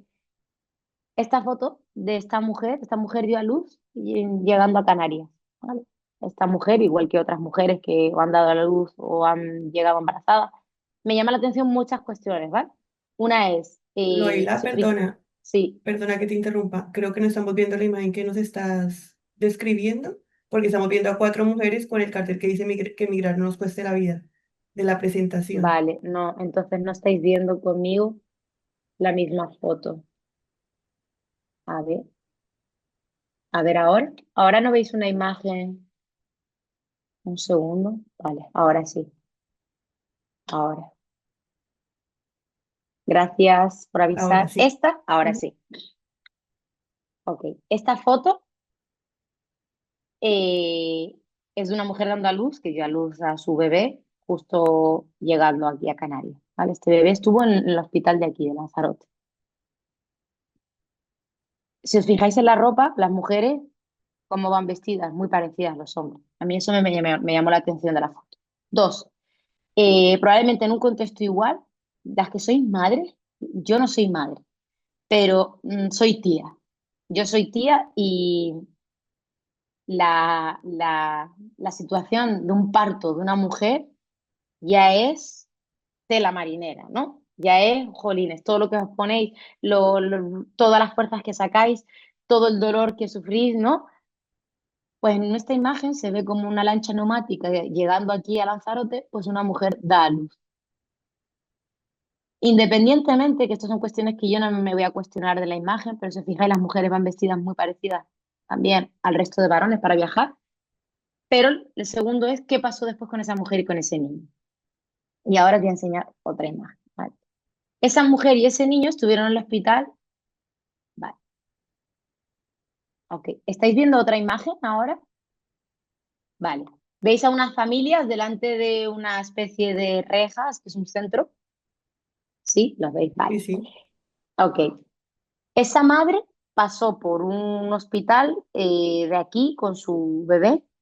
Estuvo durante X tiempo. Recuerdo que las compañeras de la red de personas migrantes que las acompañaron aquí, pues la ayudaron de alguna manera desde la responsabilidad, no desde el ayudar ni salvar, llevándole pues sopa. ropa, porque no tenía ropa. Digamos que hicieron como ese tejido porque la administración no tenía una respuesta para eso. Esa foto que se hizo viral, que tuvo un impacto y fue como, wow, ¿a qué hemos sometido a las mujeres para que tengan que dar a luz en una embarcación y ha sobrevivido ese bebé y esa madre y han llegado bien? Después de esto, ni una sopa caliente, ni ropa para su hijo, ni la nacionalidad, para los que pensaban que España regala nacionalidades y que se la da a los niños que nacen aquí. Este niño tiene su nacionalidad y la situación administrativa de su madre y la va a arrastrar toda su vida. Además, hay un informe del Defensor del Pueblo que ha salido hace poco, que es muy bueno, de los niños que llegan solos o acompañados y que arrastran y se ven abocados a la irregularidad de sus padres. Esto es España. Solo accedes a la nacionalidad española con valor de simple presunción si tus padres pueden acreditar que no te pueden otorgar la nacionalidad española y nacer. Si no, arrastras la situación administrativa de la nacionalidad de tus padres. Aquí no regalamos nada. Y ya lo digo yo, que no me lo regalaron siendo rubia y abogada y hablando bien y perfectamente el español, pues imagínense a una persona negra que acaba de llegar y de manera irregular. Y a partir de aquí, toda esta imagen que se hizo viral y que tendría que habernos conmovido a la sociedad, a la administración, para decir, pues vamos a ver cómo respondemos a que una mujer, probablemente, que no hay que repensar mucho, pero tampoco hay que preguntarle, sino acompañar, dar información, sensibilización y repensar en qué estamos haciendo cuando una mujer tiene que dar a luz en una lancha neumática rodeada de varones y todo lo que se expone una vez que llega, no lo hicimos. No lo hicimos. ¿Y qué pasa después? Que acaba en centros como este. Este es un centro que se llama Alcai de Cruz Roja. Es un centro donde van las mujeres y los niños que sobreviven a la ruta de Canarias.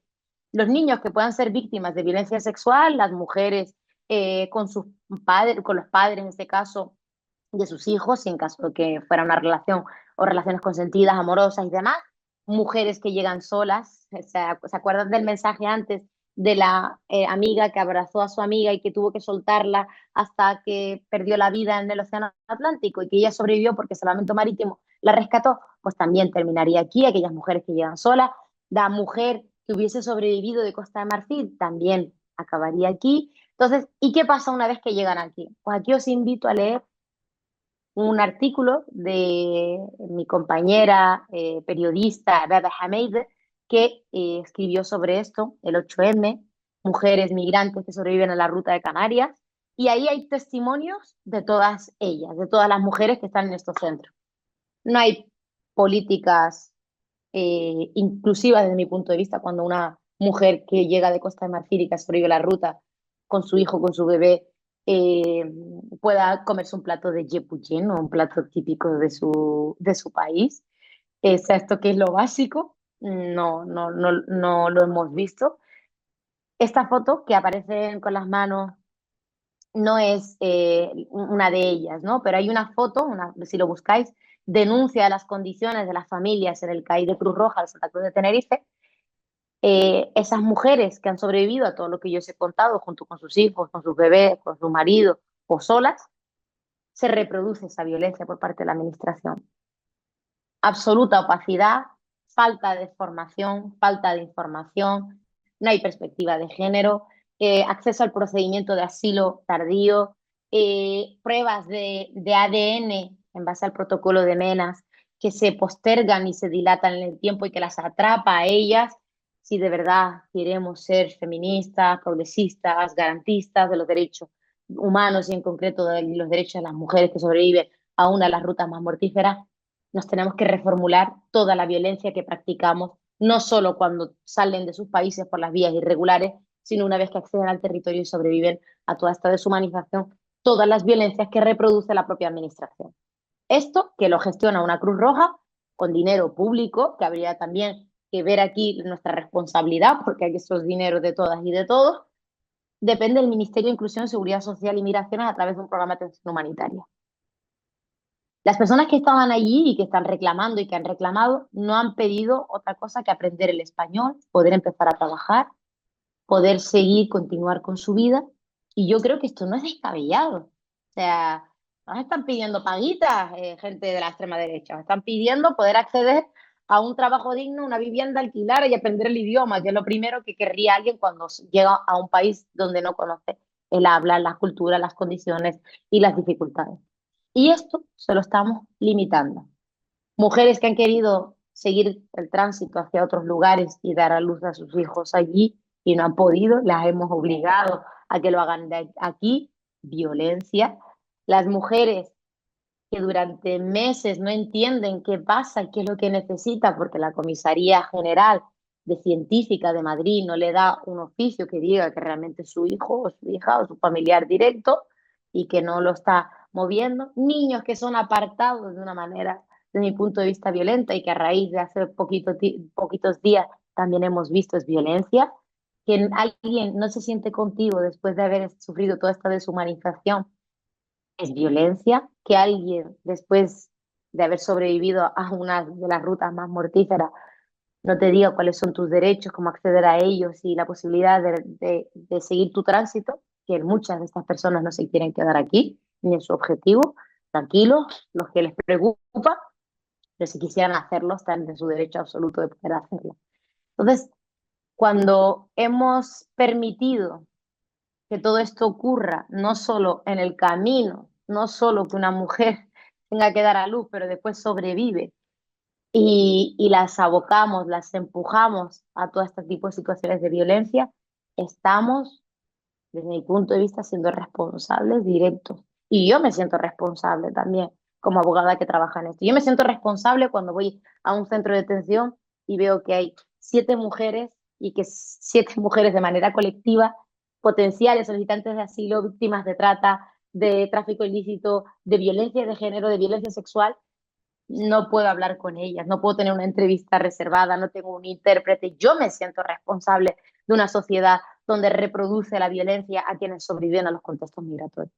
Y yo me he repensado y pensaba, ¿será casualidad esta violencia? ¿Será que hasta que he empezado a trabajar como abogada con otras entidades, con mujeres migrantes vulnerables que llegan de otros lugares, concreto de Latinoamérica? ¡Oh, qué casualidad! El sur global, las desigualdades en los países que enfrentan. Países que hemos colonizado históricamente, países que la vida es insostenible, porque no es casualidad que sea insostenible a costa Colombia, Venezuela. Pienso en muchísimos países donde la gente tiene que salir y donde en concreto las mujeres son las que sostienen esa misma economía, igual que la de Costa de Marfil, igual que la de Senegal o igual que la de Marruecos. La mujer africana que emprende y que uno puede ver desde ese lugar también es la que sobrevive y da a luz a su hijo en una lancha neumática, pero que después nosotros reproducimos con ella esa violencia.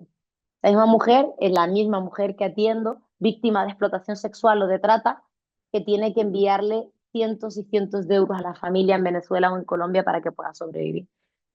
Yo no era consciente de la violencia que practicamos con las personas hasta que ahora he empezado a trabajar con las mujeres migrantes. No creo, y desde luego que lo digo desde por lo menos desde la responsabilidad de lo que estoy hablando, y entendiendo que son cuestiones tremendamente complejas y que yo no le estamos pidiendo a nadie que se quite sus zapatos para dárselo a otra persona, pero necesitamos que las personas empaticen y que se pongan en los zapatos de los demás. Y si esto como sociedad no lo conseguimos, no exigimos a la administración que deje de mirar por esas gafas colectivas, racistas, sobre la condición de extranjero por encima de todas, y siga practicando la violencia, seguiremos reproduciéndola.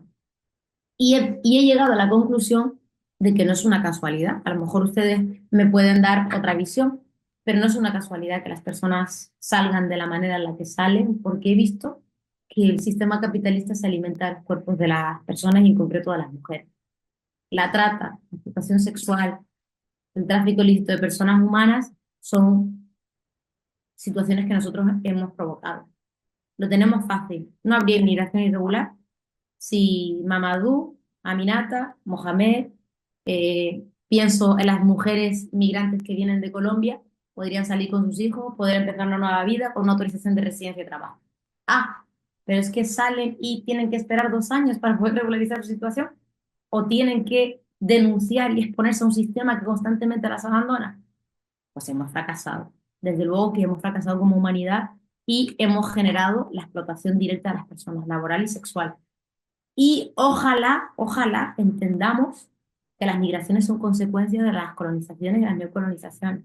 No es casualidad que esta chapa de hora y 24 que yo he dado sobre el contexto migratorio en Canarias sea yo, una mujer racializada que ha venido de un país ocupado ilegalmente, fruto de una no descolonización por parte de España, que esté aquí en España y que me haya peleado con el Estado español para tener la nacionalidad española.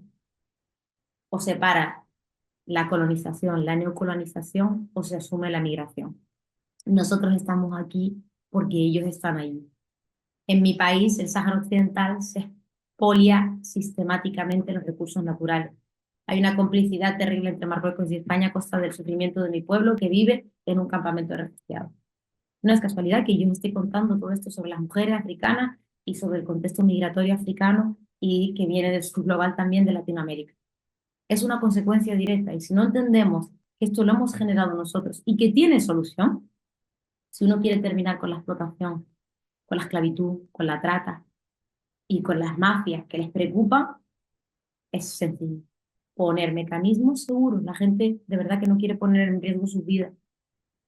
La madre que tuvo que despedirse de su hijo menor que falleció y que había puesto en riesgo su vida para que pudiera tener unas condiciones mejores, no quería hacer. Se vio empujada, abocada. Son personas desplazadas forzosas. Y voy un poco más allá. Hay una responsabilidad histórica. No solo tenemos que asumir que la movilidad humana y las migraciones forman parte de la historia de la humanidad y que van a seguir existiendo, pongan los muros, las vallas y lo que quieran, sino que no es casualidad que el sur global sea el que esté viajando al norte. Y después llegamos aquí y ¿con qué nos topamos? Pues con una normativa de extranjería que limita, que impide que las personas puedan regularizar su situación, que pide que visibilices, castigues, denuncies para poder tener un premio. Claro, pues que usted dijo que era menor. Claro, después de 10 días a la deriva, me dijeron que si decía que era menor sobrevivía y no me devolvían a mi país y decía que era mayor, sí. ¿Quién no va a elegir el premio después de haber sufrido una de las rutas más mortíferas? No, es que usted tiene que denunciar y decir quién es el patrón de la embarcación. Claro, ¿cómo no lo voy a enseñar? Bueno, que me señalen a mí. Hemos generado el castigo y el premio, la perversión de un juego que se cae, que no funciona, que es fallido. Entonces, quizás es un buen momento para asumir y reformularnos que si nadie ordena las migraciones de Juan cuando tiene un pasaporte y quiere irse a Senegal a comer, a bailar, a disfrutar, a Cabo Verde, a empezar una vida nueva, a Colombia, porque tenemos que ordenar las migraciones del sur global al norte. Esa sería la pregunta. Y creo, para no excederme y no quitar mucho tiempo más, porque nos queda ahora media hora, creo, si no, que me corrijan Alicia, Daniela y el resto de compis de Territoria, que esta es de la responsabilidad y desde el dolor del que les he hablado. Cada uno, en cada huequito, de cada manera tiene que asumir que si una vive bien, es consecuencia directa de que otras personas no lo puedan hacer. No hay otra. O sea que o miramos esto, nos lo reformulamos y tenemos pensamiento crítico, o seguiremos cometiendo los mismos errores en la historia de la humanidad. Muchas gracias. Muchas gracias, Noelia, por este viaje de autorreflexión y sobre todo de asumir las responsabilidades, ¿no? Creo que todas las personas que estamos en este ciclo, hablo por mí principalmente, en algún momento sentimos el privilegio de poder estar compartiendo estos espacios desde el poder hablar desde la experiencia migratoria y de todo lo que esto ha cambiado en nuestras vidas y el abrir los ojos que significa frente a este fenómeno, ¿no?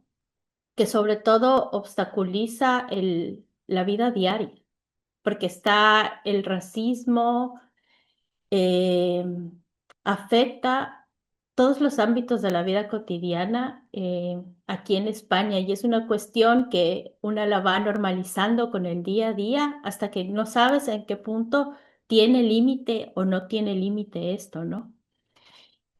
También quería como hacer una reflexión frente a estas políticas migratorias eh, claramente racistas, ¿no? Creo que nos has demostrado a través de tu exposición cómo el tener un color diferente al blanco te hace más propenso a vulneraciones, ¿no? Y cómo nos deshumanizamos, parece que el dolor nos condiciona el ser humanos o no ser humanos, y eso automáticamente te transporta a un discurso colonial. Y creo que hay que dejar claro que el tema de la migración, el tema de la explotación a los recursos de la naturaleza está conectado 100% con procesos coloniales que se tienen que asumir desde Europa, por supuesto, y que tenemos que asumirlos nosotros también con habitantes. O sea, frente a qué discursos nos aliamos y qué discursos rechazamos de manera frontal. Y creo que también es como un jalón de orejas al seguir escuchando estas narrativas tradicionales de los medios de comunicación que lo que tú hacen es, como tú mencionabas, como replican estos discursos que están alineados con las políticas migratorias, pero no vemos en el fondo qué es lo que se está ocultando, ¿no? Quiénes son estas personas que estamos deshumanizando? Y creo que quiero saber si es que alguien se anima a compartir sus experiencias. Por el chat nos han puesto algunos comentarios de que la gente se ha quedado conmovida y reflexionando sobre toda esta información. Creo que hay como mucho dolor que nos atraviesa a todas el poner como en un contexto de vida a estas personas que aparecen en las noticias como deshumanizadas. No sé si alguien nos quiere compartir. Doy espacio a la palabra.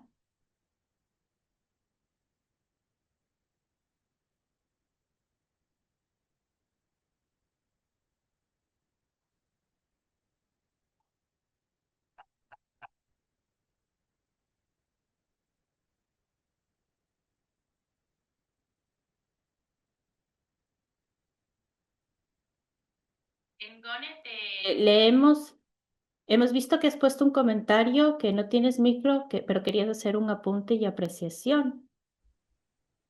Si quieres escribir, vale, está.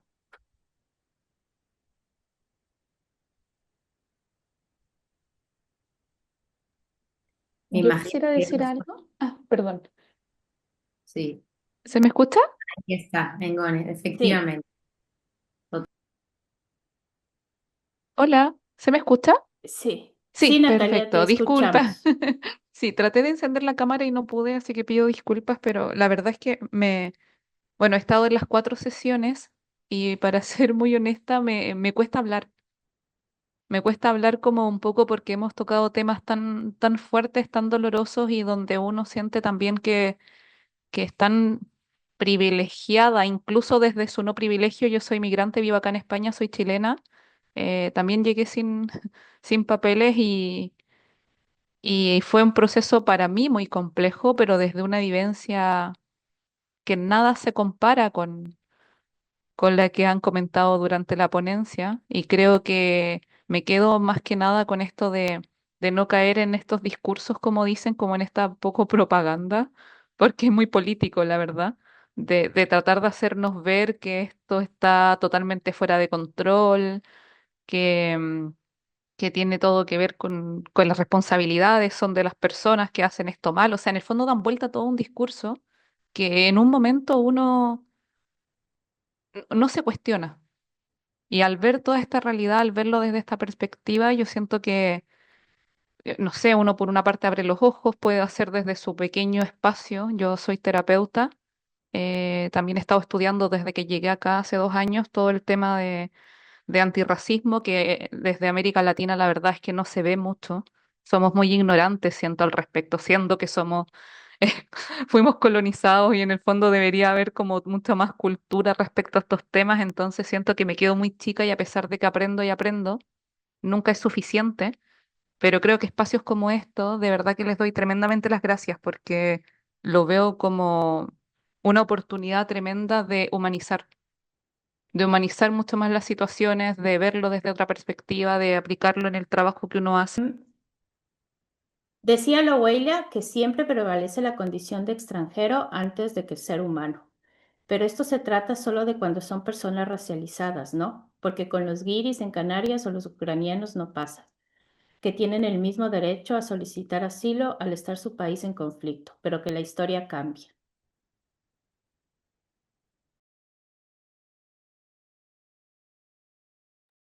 Sí, completamente de acuerdo, efectivamente. Claro, no solo hablaba de la discriminación, eso era en cuanto a la administración, la visión de la administración del tratamiento de la gente que llega de manera irregular, en cuanto a que prevalece la condición de extranjero. Pero antes hablé de la triple discriminación y por supuesto que la visión racial es la que impera sobre todo esto, ¿no? Que es lo que hace y emerge en un panorama excepcional que durante 30 años no se haya resuelto y no se trate de una manera respetuosa las llegadas. Y desde ese lugar también 236.000 personas en 2 años son acogidas y no son un problema, pero 255.000 en 30 años sí que lo son. Totalmente de acuerdo.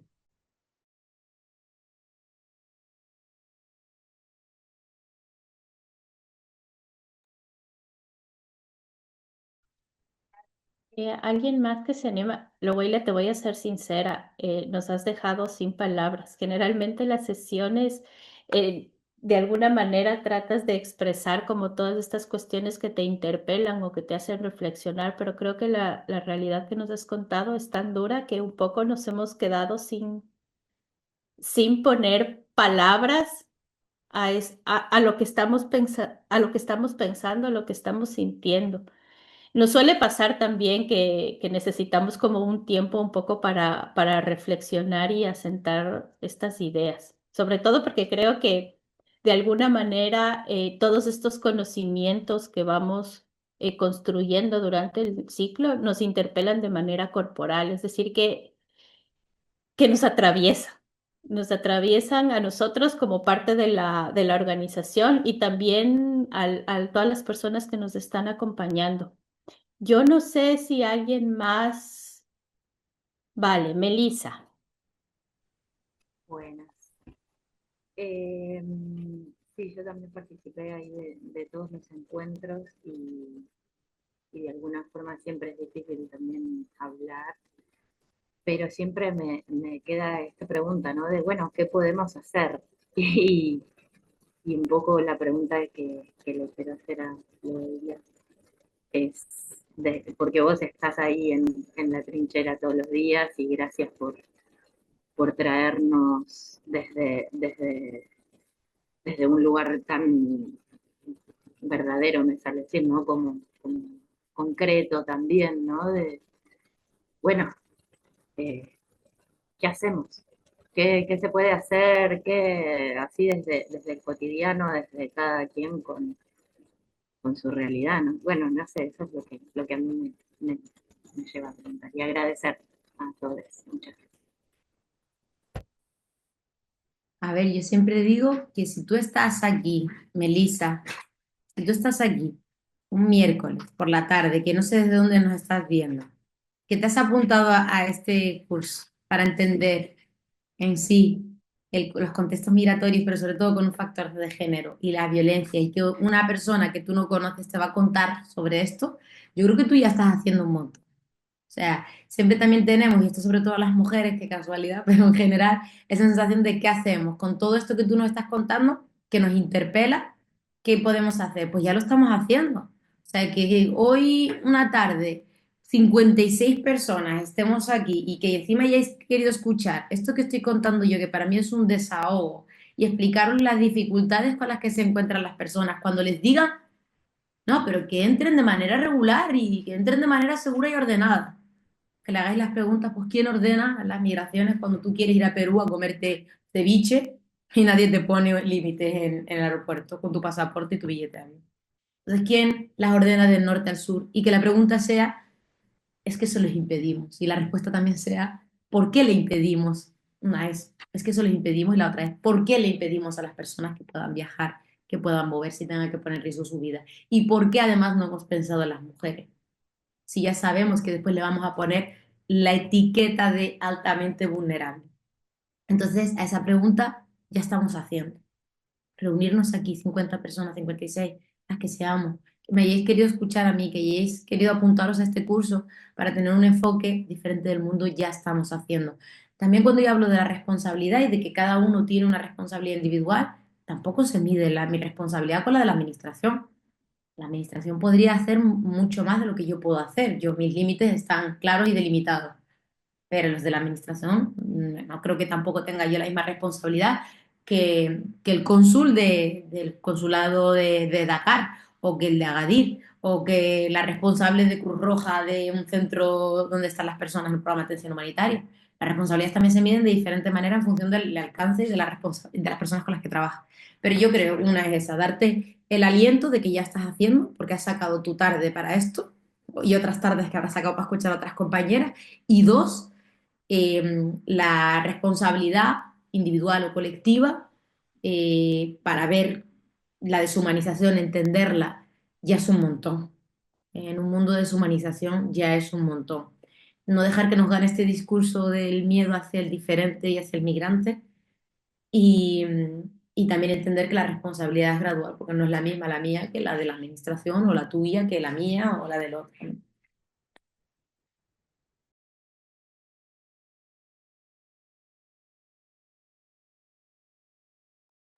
Comparto también desde YouTube, que también se está haciendo transmisión, una pregunta que nos hacen ahí y es cómo se puede acceder a las estadísticas que tú nos has comentado durante la presentación. Abre el micro. Vale, las que yo publiqué son del 2023 y tengo otras del 2024. Yo es que me aprovecho del trabajo de un compañero sociólogo que me envía todos los datos ya desmenuzados. Pero dentro de la página del censo del INE, Instituto Nacional de Estadística Español, ahí si pones población extranjera y vas delimitando. Creo que ahora mismo en el Estado español hay 6 millones de personas extranjeras y dentro de extranjeras pues hay comunitarias, hay extracomunitarias. Entonces, en concreto, de las que yo hablaba, que son nacionales de terceros países, son los extracomunitarios. Y estas son las de Canarias. Pero vamos, que si quieres mirar de alguna comunidad autónoma en concreto, de algún lugar en concreto, las tienes dentro del censo del INE, Instituto Nacional de Estadística Español. Y ahí dentro se puede ver qué personas están empadronadas, que es el censo, por lo que cuenta cada comunidad. Y después el Estado.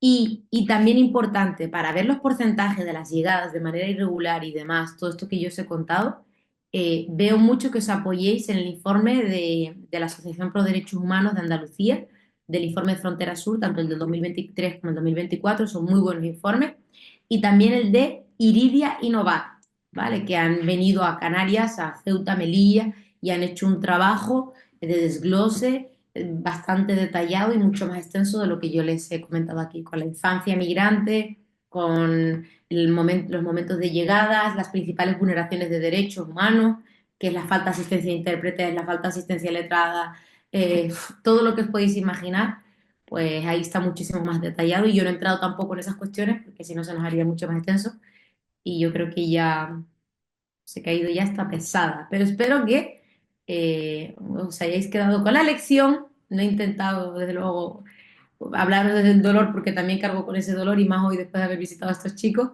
Y, y también que entendáis que es una mentira, que hasta el propio programa electoral de la extrema derecha es mentira. Aún quisiendo materializarlo, es una absoluta mentira y que este nuevo pacto de asilo y migraciones también es un reflejo de una política migratoria fallida, porque no tienen ni recursos humanos ni materiales para poder hacerlo y porque no saben de qué hablan.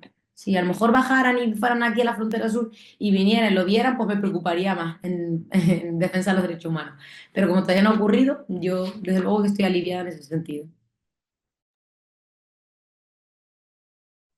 Quería pedirte, o sea, creo que todas las que estamos aquí parte de nuestro compromiso un poco con el cambio y con la transformación es la autoformación, que creo que eso es como importante. Y desde otros lugares también un poco para recuperar estos otros conocimientos que se forman en otros cuerpos y que no son eurocéntricos siempre, ¿vale? Entonces yo quería pedirte, por favor, la cuña publicitaria de la charla, de tu charla de la próxima semana. Creo que es importante que le cuentes a la gente un poco dónde pueden seguir informándose sobre esta nueva ley de extranjería y las modificaciones.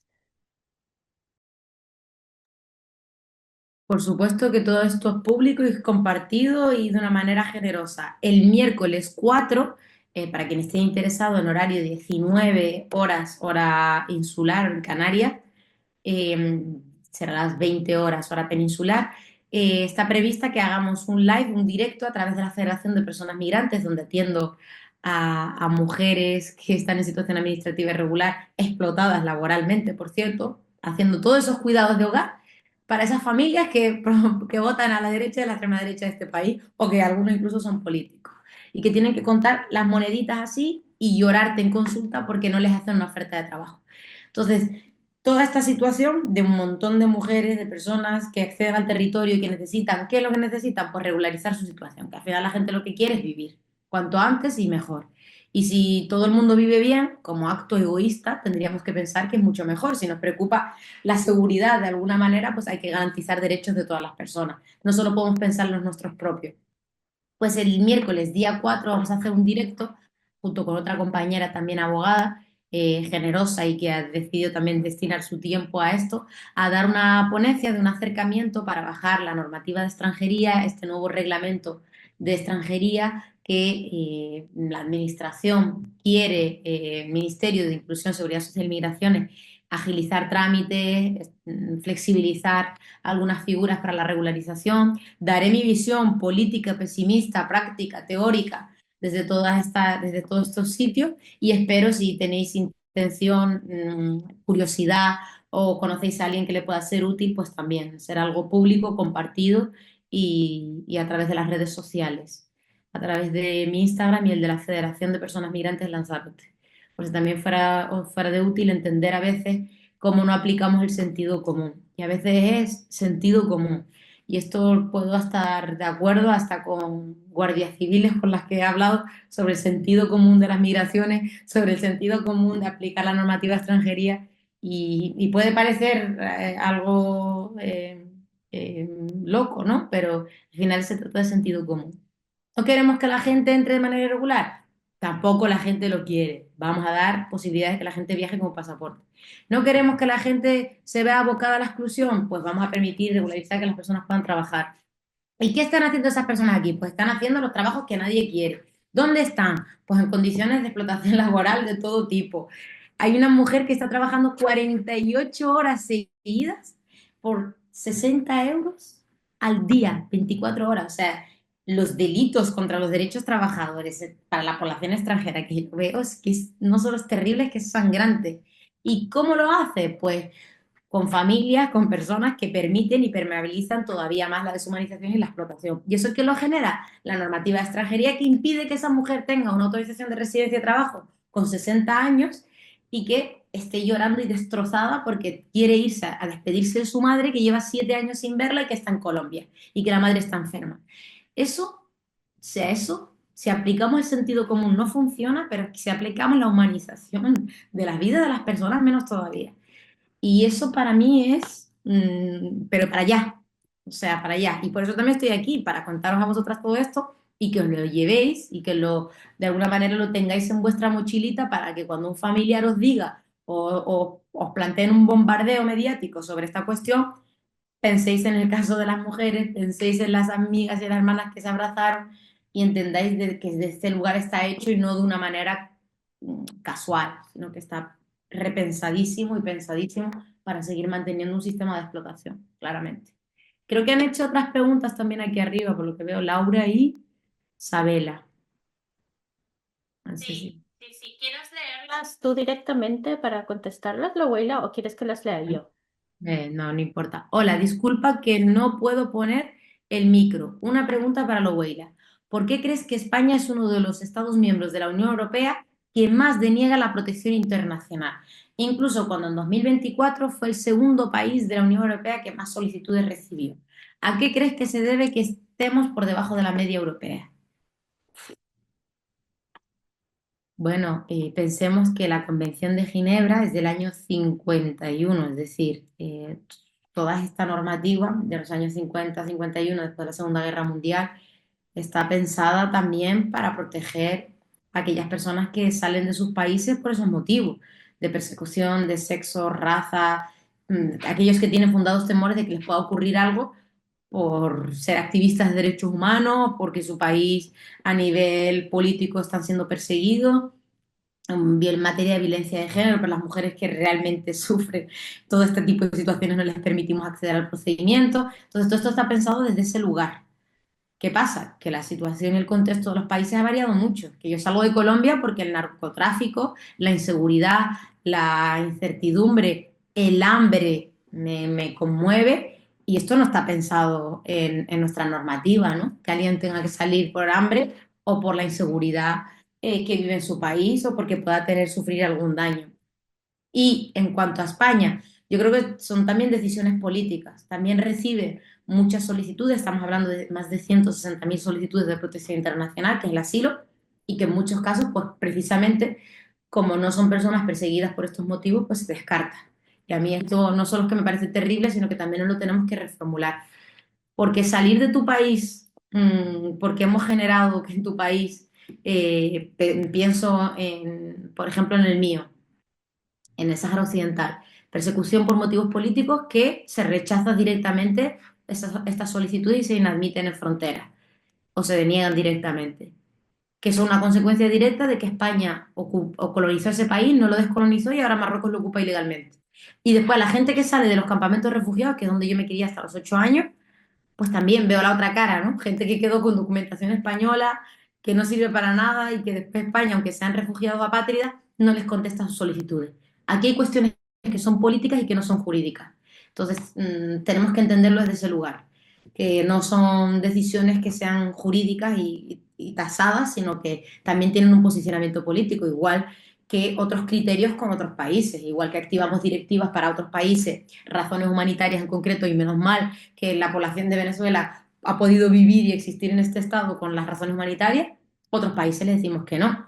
Igual que Mali, Sudán, reconocemos la protección subsidiaria, les matamos ahí en la valla para que no lleguen aquí para que la puedan pedir. Entonces hay muchas decisiones políticas y no tanto jurídicas. Y yo creo que tienen un claro fin político y que desde la prisma y la visión de la Convención de Ginebra, que es la que regula el estatuto de refugiados, y la ley reguladora del derecho a asilo del año 2009, no hay ese enfoque porque según la visión de las oficinas de asilo y refugio, que es el Ministerio del Interior, la visión es que las personas que están saliendo y están accediendo al procedimiento de asilo no son potenciales solicitantes de asilo porque salen por otros motivos, ¿no? Narcotráfico, desplazamiento forzoso, necesidad de trabajo, incertidumbre, daños que les puedan ocurrir, amenazas con armas de fuego, pero no directamente con los fines que contempla. No sé si me he explicado, porque esto es un rollo. Y después, en relación a la otra pregunta, muchas gracias por la exposición. Me surge una duda con respecto al empadronamiento. Trabajo en acogida y a veces es muy difícil conseguir citas. ¿Cómo se contabilizan a esas personas que no están en el censo, que están en trámites o no entran en recurso y situación irregular? Entiendo que era esa la pregunta. Pues los vamos a ver cuando lleguen 2 años y vayan con su carpetita, carpetita, y permítame la expresión, de pruebas que acreditan la permanencia continuada en el Estado español. Porque si no han podido acceder al censo, al empadronamiento, pues tendrán que haber preparado una serie de medios probatorios de cómo entraron, cómo accedieron al territorio, todas las pruebas, para acreditar que llevan 2 años aquí en el Estado español. Entonces, ¿cómo vamos a saberlo? Pues a través de su regularización a los 2 años. Sí, hay mucha gente en ese limbo. Y después, si están en un recurso, ese recurso también tiene que tener, si está dentro de un programa de atención humanitaria, a través del Ministerio de Inclusión, cuántas personas han pasado, de qué manera, y su propio registro. Y después también esos registros, si son personas que han entrado de manera irregular, también los tiene el propio Ministerio de Interior, de cuántas personas entran de manera irregular. Entonces, ¿que cabe esa posibilidad? Sí, pero digamos que toda la población extranjera, en su mayoría, por lo que principalmente lucha cuando llega a un sitio es por empadronarse, si se va a establecer en él, porque es el medio probatorio para acreditar de una manera fehaciente que llevan 2 años de manera continuada para acceder a una autorización de residencia por circunstancias excepcionales, a un arraigo, los conocidos como arraigos. Entonces, no sé si te he contestado, Laura, espero que sí, y también a Isabela, porque esto es mucho más extenso.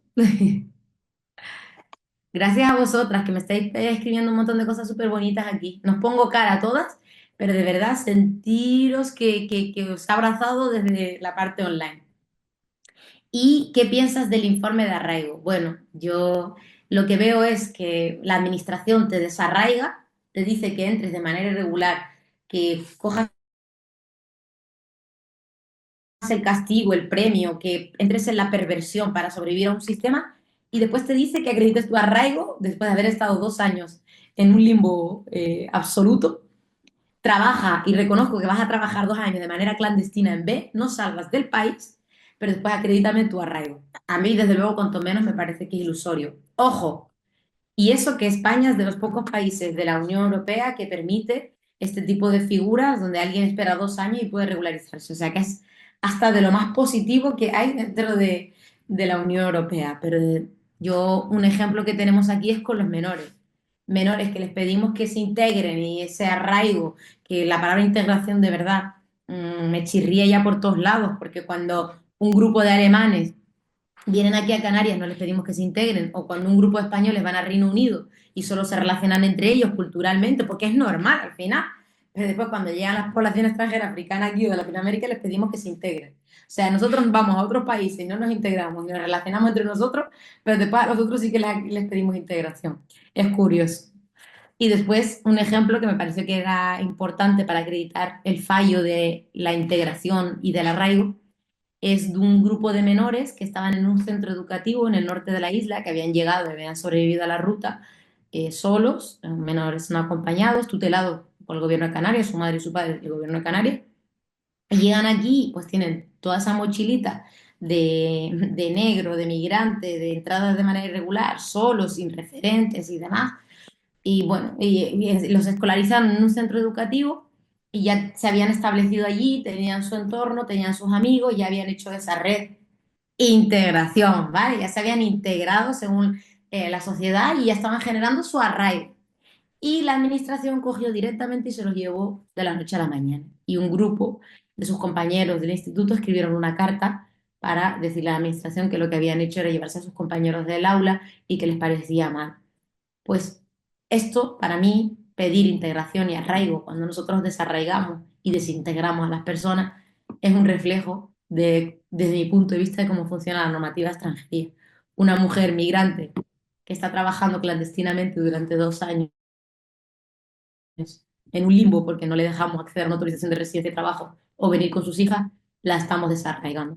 Y a partir de aquí podría seguir hasta mañana, pero ya creo que estáis un poco cansados y cansadas de escuchar tanto jaleo. Gracias a ustedes por todo lo que me estáis poniendo. Soy auxiliar, estoy por las noches, intento formarme para comprender los procesos. Pues nada, desde luego que si ponéis mi nombre en internet, está mi número de teléfono profesional, mi correo electrónico, o sea que cualquier cosa que necesitéis, en las que pueda ayudaros.